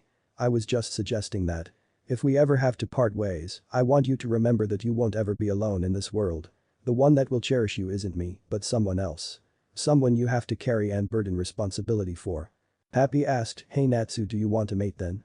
The pink-haired dragon slayer raised an eyebrow before shaking his head, disinterested. Nah, I would rather complete my goal before my mating season hits. I wouldn't want any unnecessary emotions and hormones to hinder me, especially now we finally found a trace of Zareth. Happy nodded. He knew how much his partner would avoid going to populated areas during spring, since 3 years ago. During that period, he would find his partner often lose focus during training and act queerly around the opposite gender. So they would often spend long periods training or meditating in isolation during those 2 long, torturous weeks until Natsu finally snapped out of his strange state of agony. Natsu's soul onyx eye gazed at the cloud, gradually shifting to reveal a full moon glowing menacingly. Happy, the dragon slayer murmured, frowning. Just rest and go to sleep. We have to make our way towards my winter den tomorrow. The previous mission had used up most of my kunes and shurikens. Even my gunbai had received a considerate amount of damage. I'll have to reload my weapons once we reach the den. Happy yawned slightly as he got off Natsu's lap and lied against his partner's leg. Natsu didn't miss the croak of hurt in his feline partner's voice, but he said nothing of it. The forest once again returned to its earthly silence, the only noise being Happy's gentle snoring. Natsu gazed at the moonlit sky, his scarred right eye unconsciously opened to reveal his black swirled pupil that contracted against the crimson iris. You were unusually quiet, Madara, Natsu murmured. Care to explain why? The dragon slayer heard a deep chuckle resonate inside him. Do I really talk that much, Natsu? At times, being your second pairs of eyes could be rather amusing. Natsu scoffed. Let me guess you're going to chide about my softness. There was a pause. I find it interesting how devoted you are to that worthless ball of fur. A bitter laugh left Natsu's lips, surprising Madara. I thought you knew me better, Madara, the pink-haired mage stated. It's true that Happy is important to me, but our plan would be my first priority, no matter what. As for the part where I told Happy to keep himself safe if I ever become a burden, you know I'm not such a considerate person. How interesting, Madara's voice echoed deep within Natsu's conscious. You actually reversed the situation. Exactly, Natsu grinned, glancing at the soft bundle sleeping soundly beside him. Usually I would dispose of someone who hinders me after he has served his purpose. However, I'll allow Happy to escape if he ever hinders or jeopardizes the success of the plan. But what if he refuses to abide to your request? Natsu's features darkened. If it comes to that, then I may have to do the unthinkable. Natsu's blood-red manjiku narrowed murderously at the bright clear moon that shone radiantly and proud in the seemingly empty night. Madara smirked inwardly as he felt Natsu's excitement vibrate through his clenched fists. It was the same, exhilarating anticipation that the shinobi felt as he gazed at the moon of his world ages ago. Their desires have become one. Once the moon bleeds into the color of this eye, nothing will stop me from becoming the rightful ruler of the perfect world we always desired. What if Naruto has Susanoo and Amaterasu in Fairy Tail, and thanks for watching my video till the end. If you enjoy this content, then do consider subscribing to my channel and leave a like if you guys need the next part. Comment down, and thanks for watching the video and see you guys next video.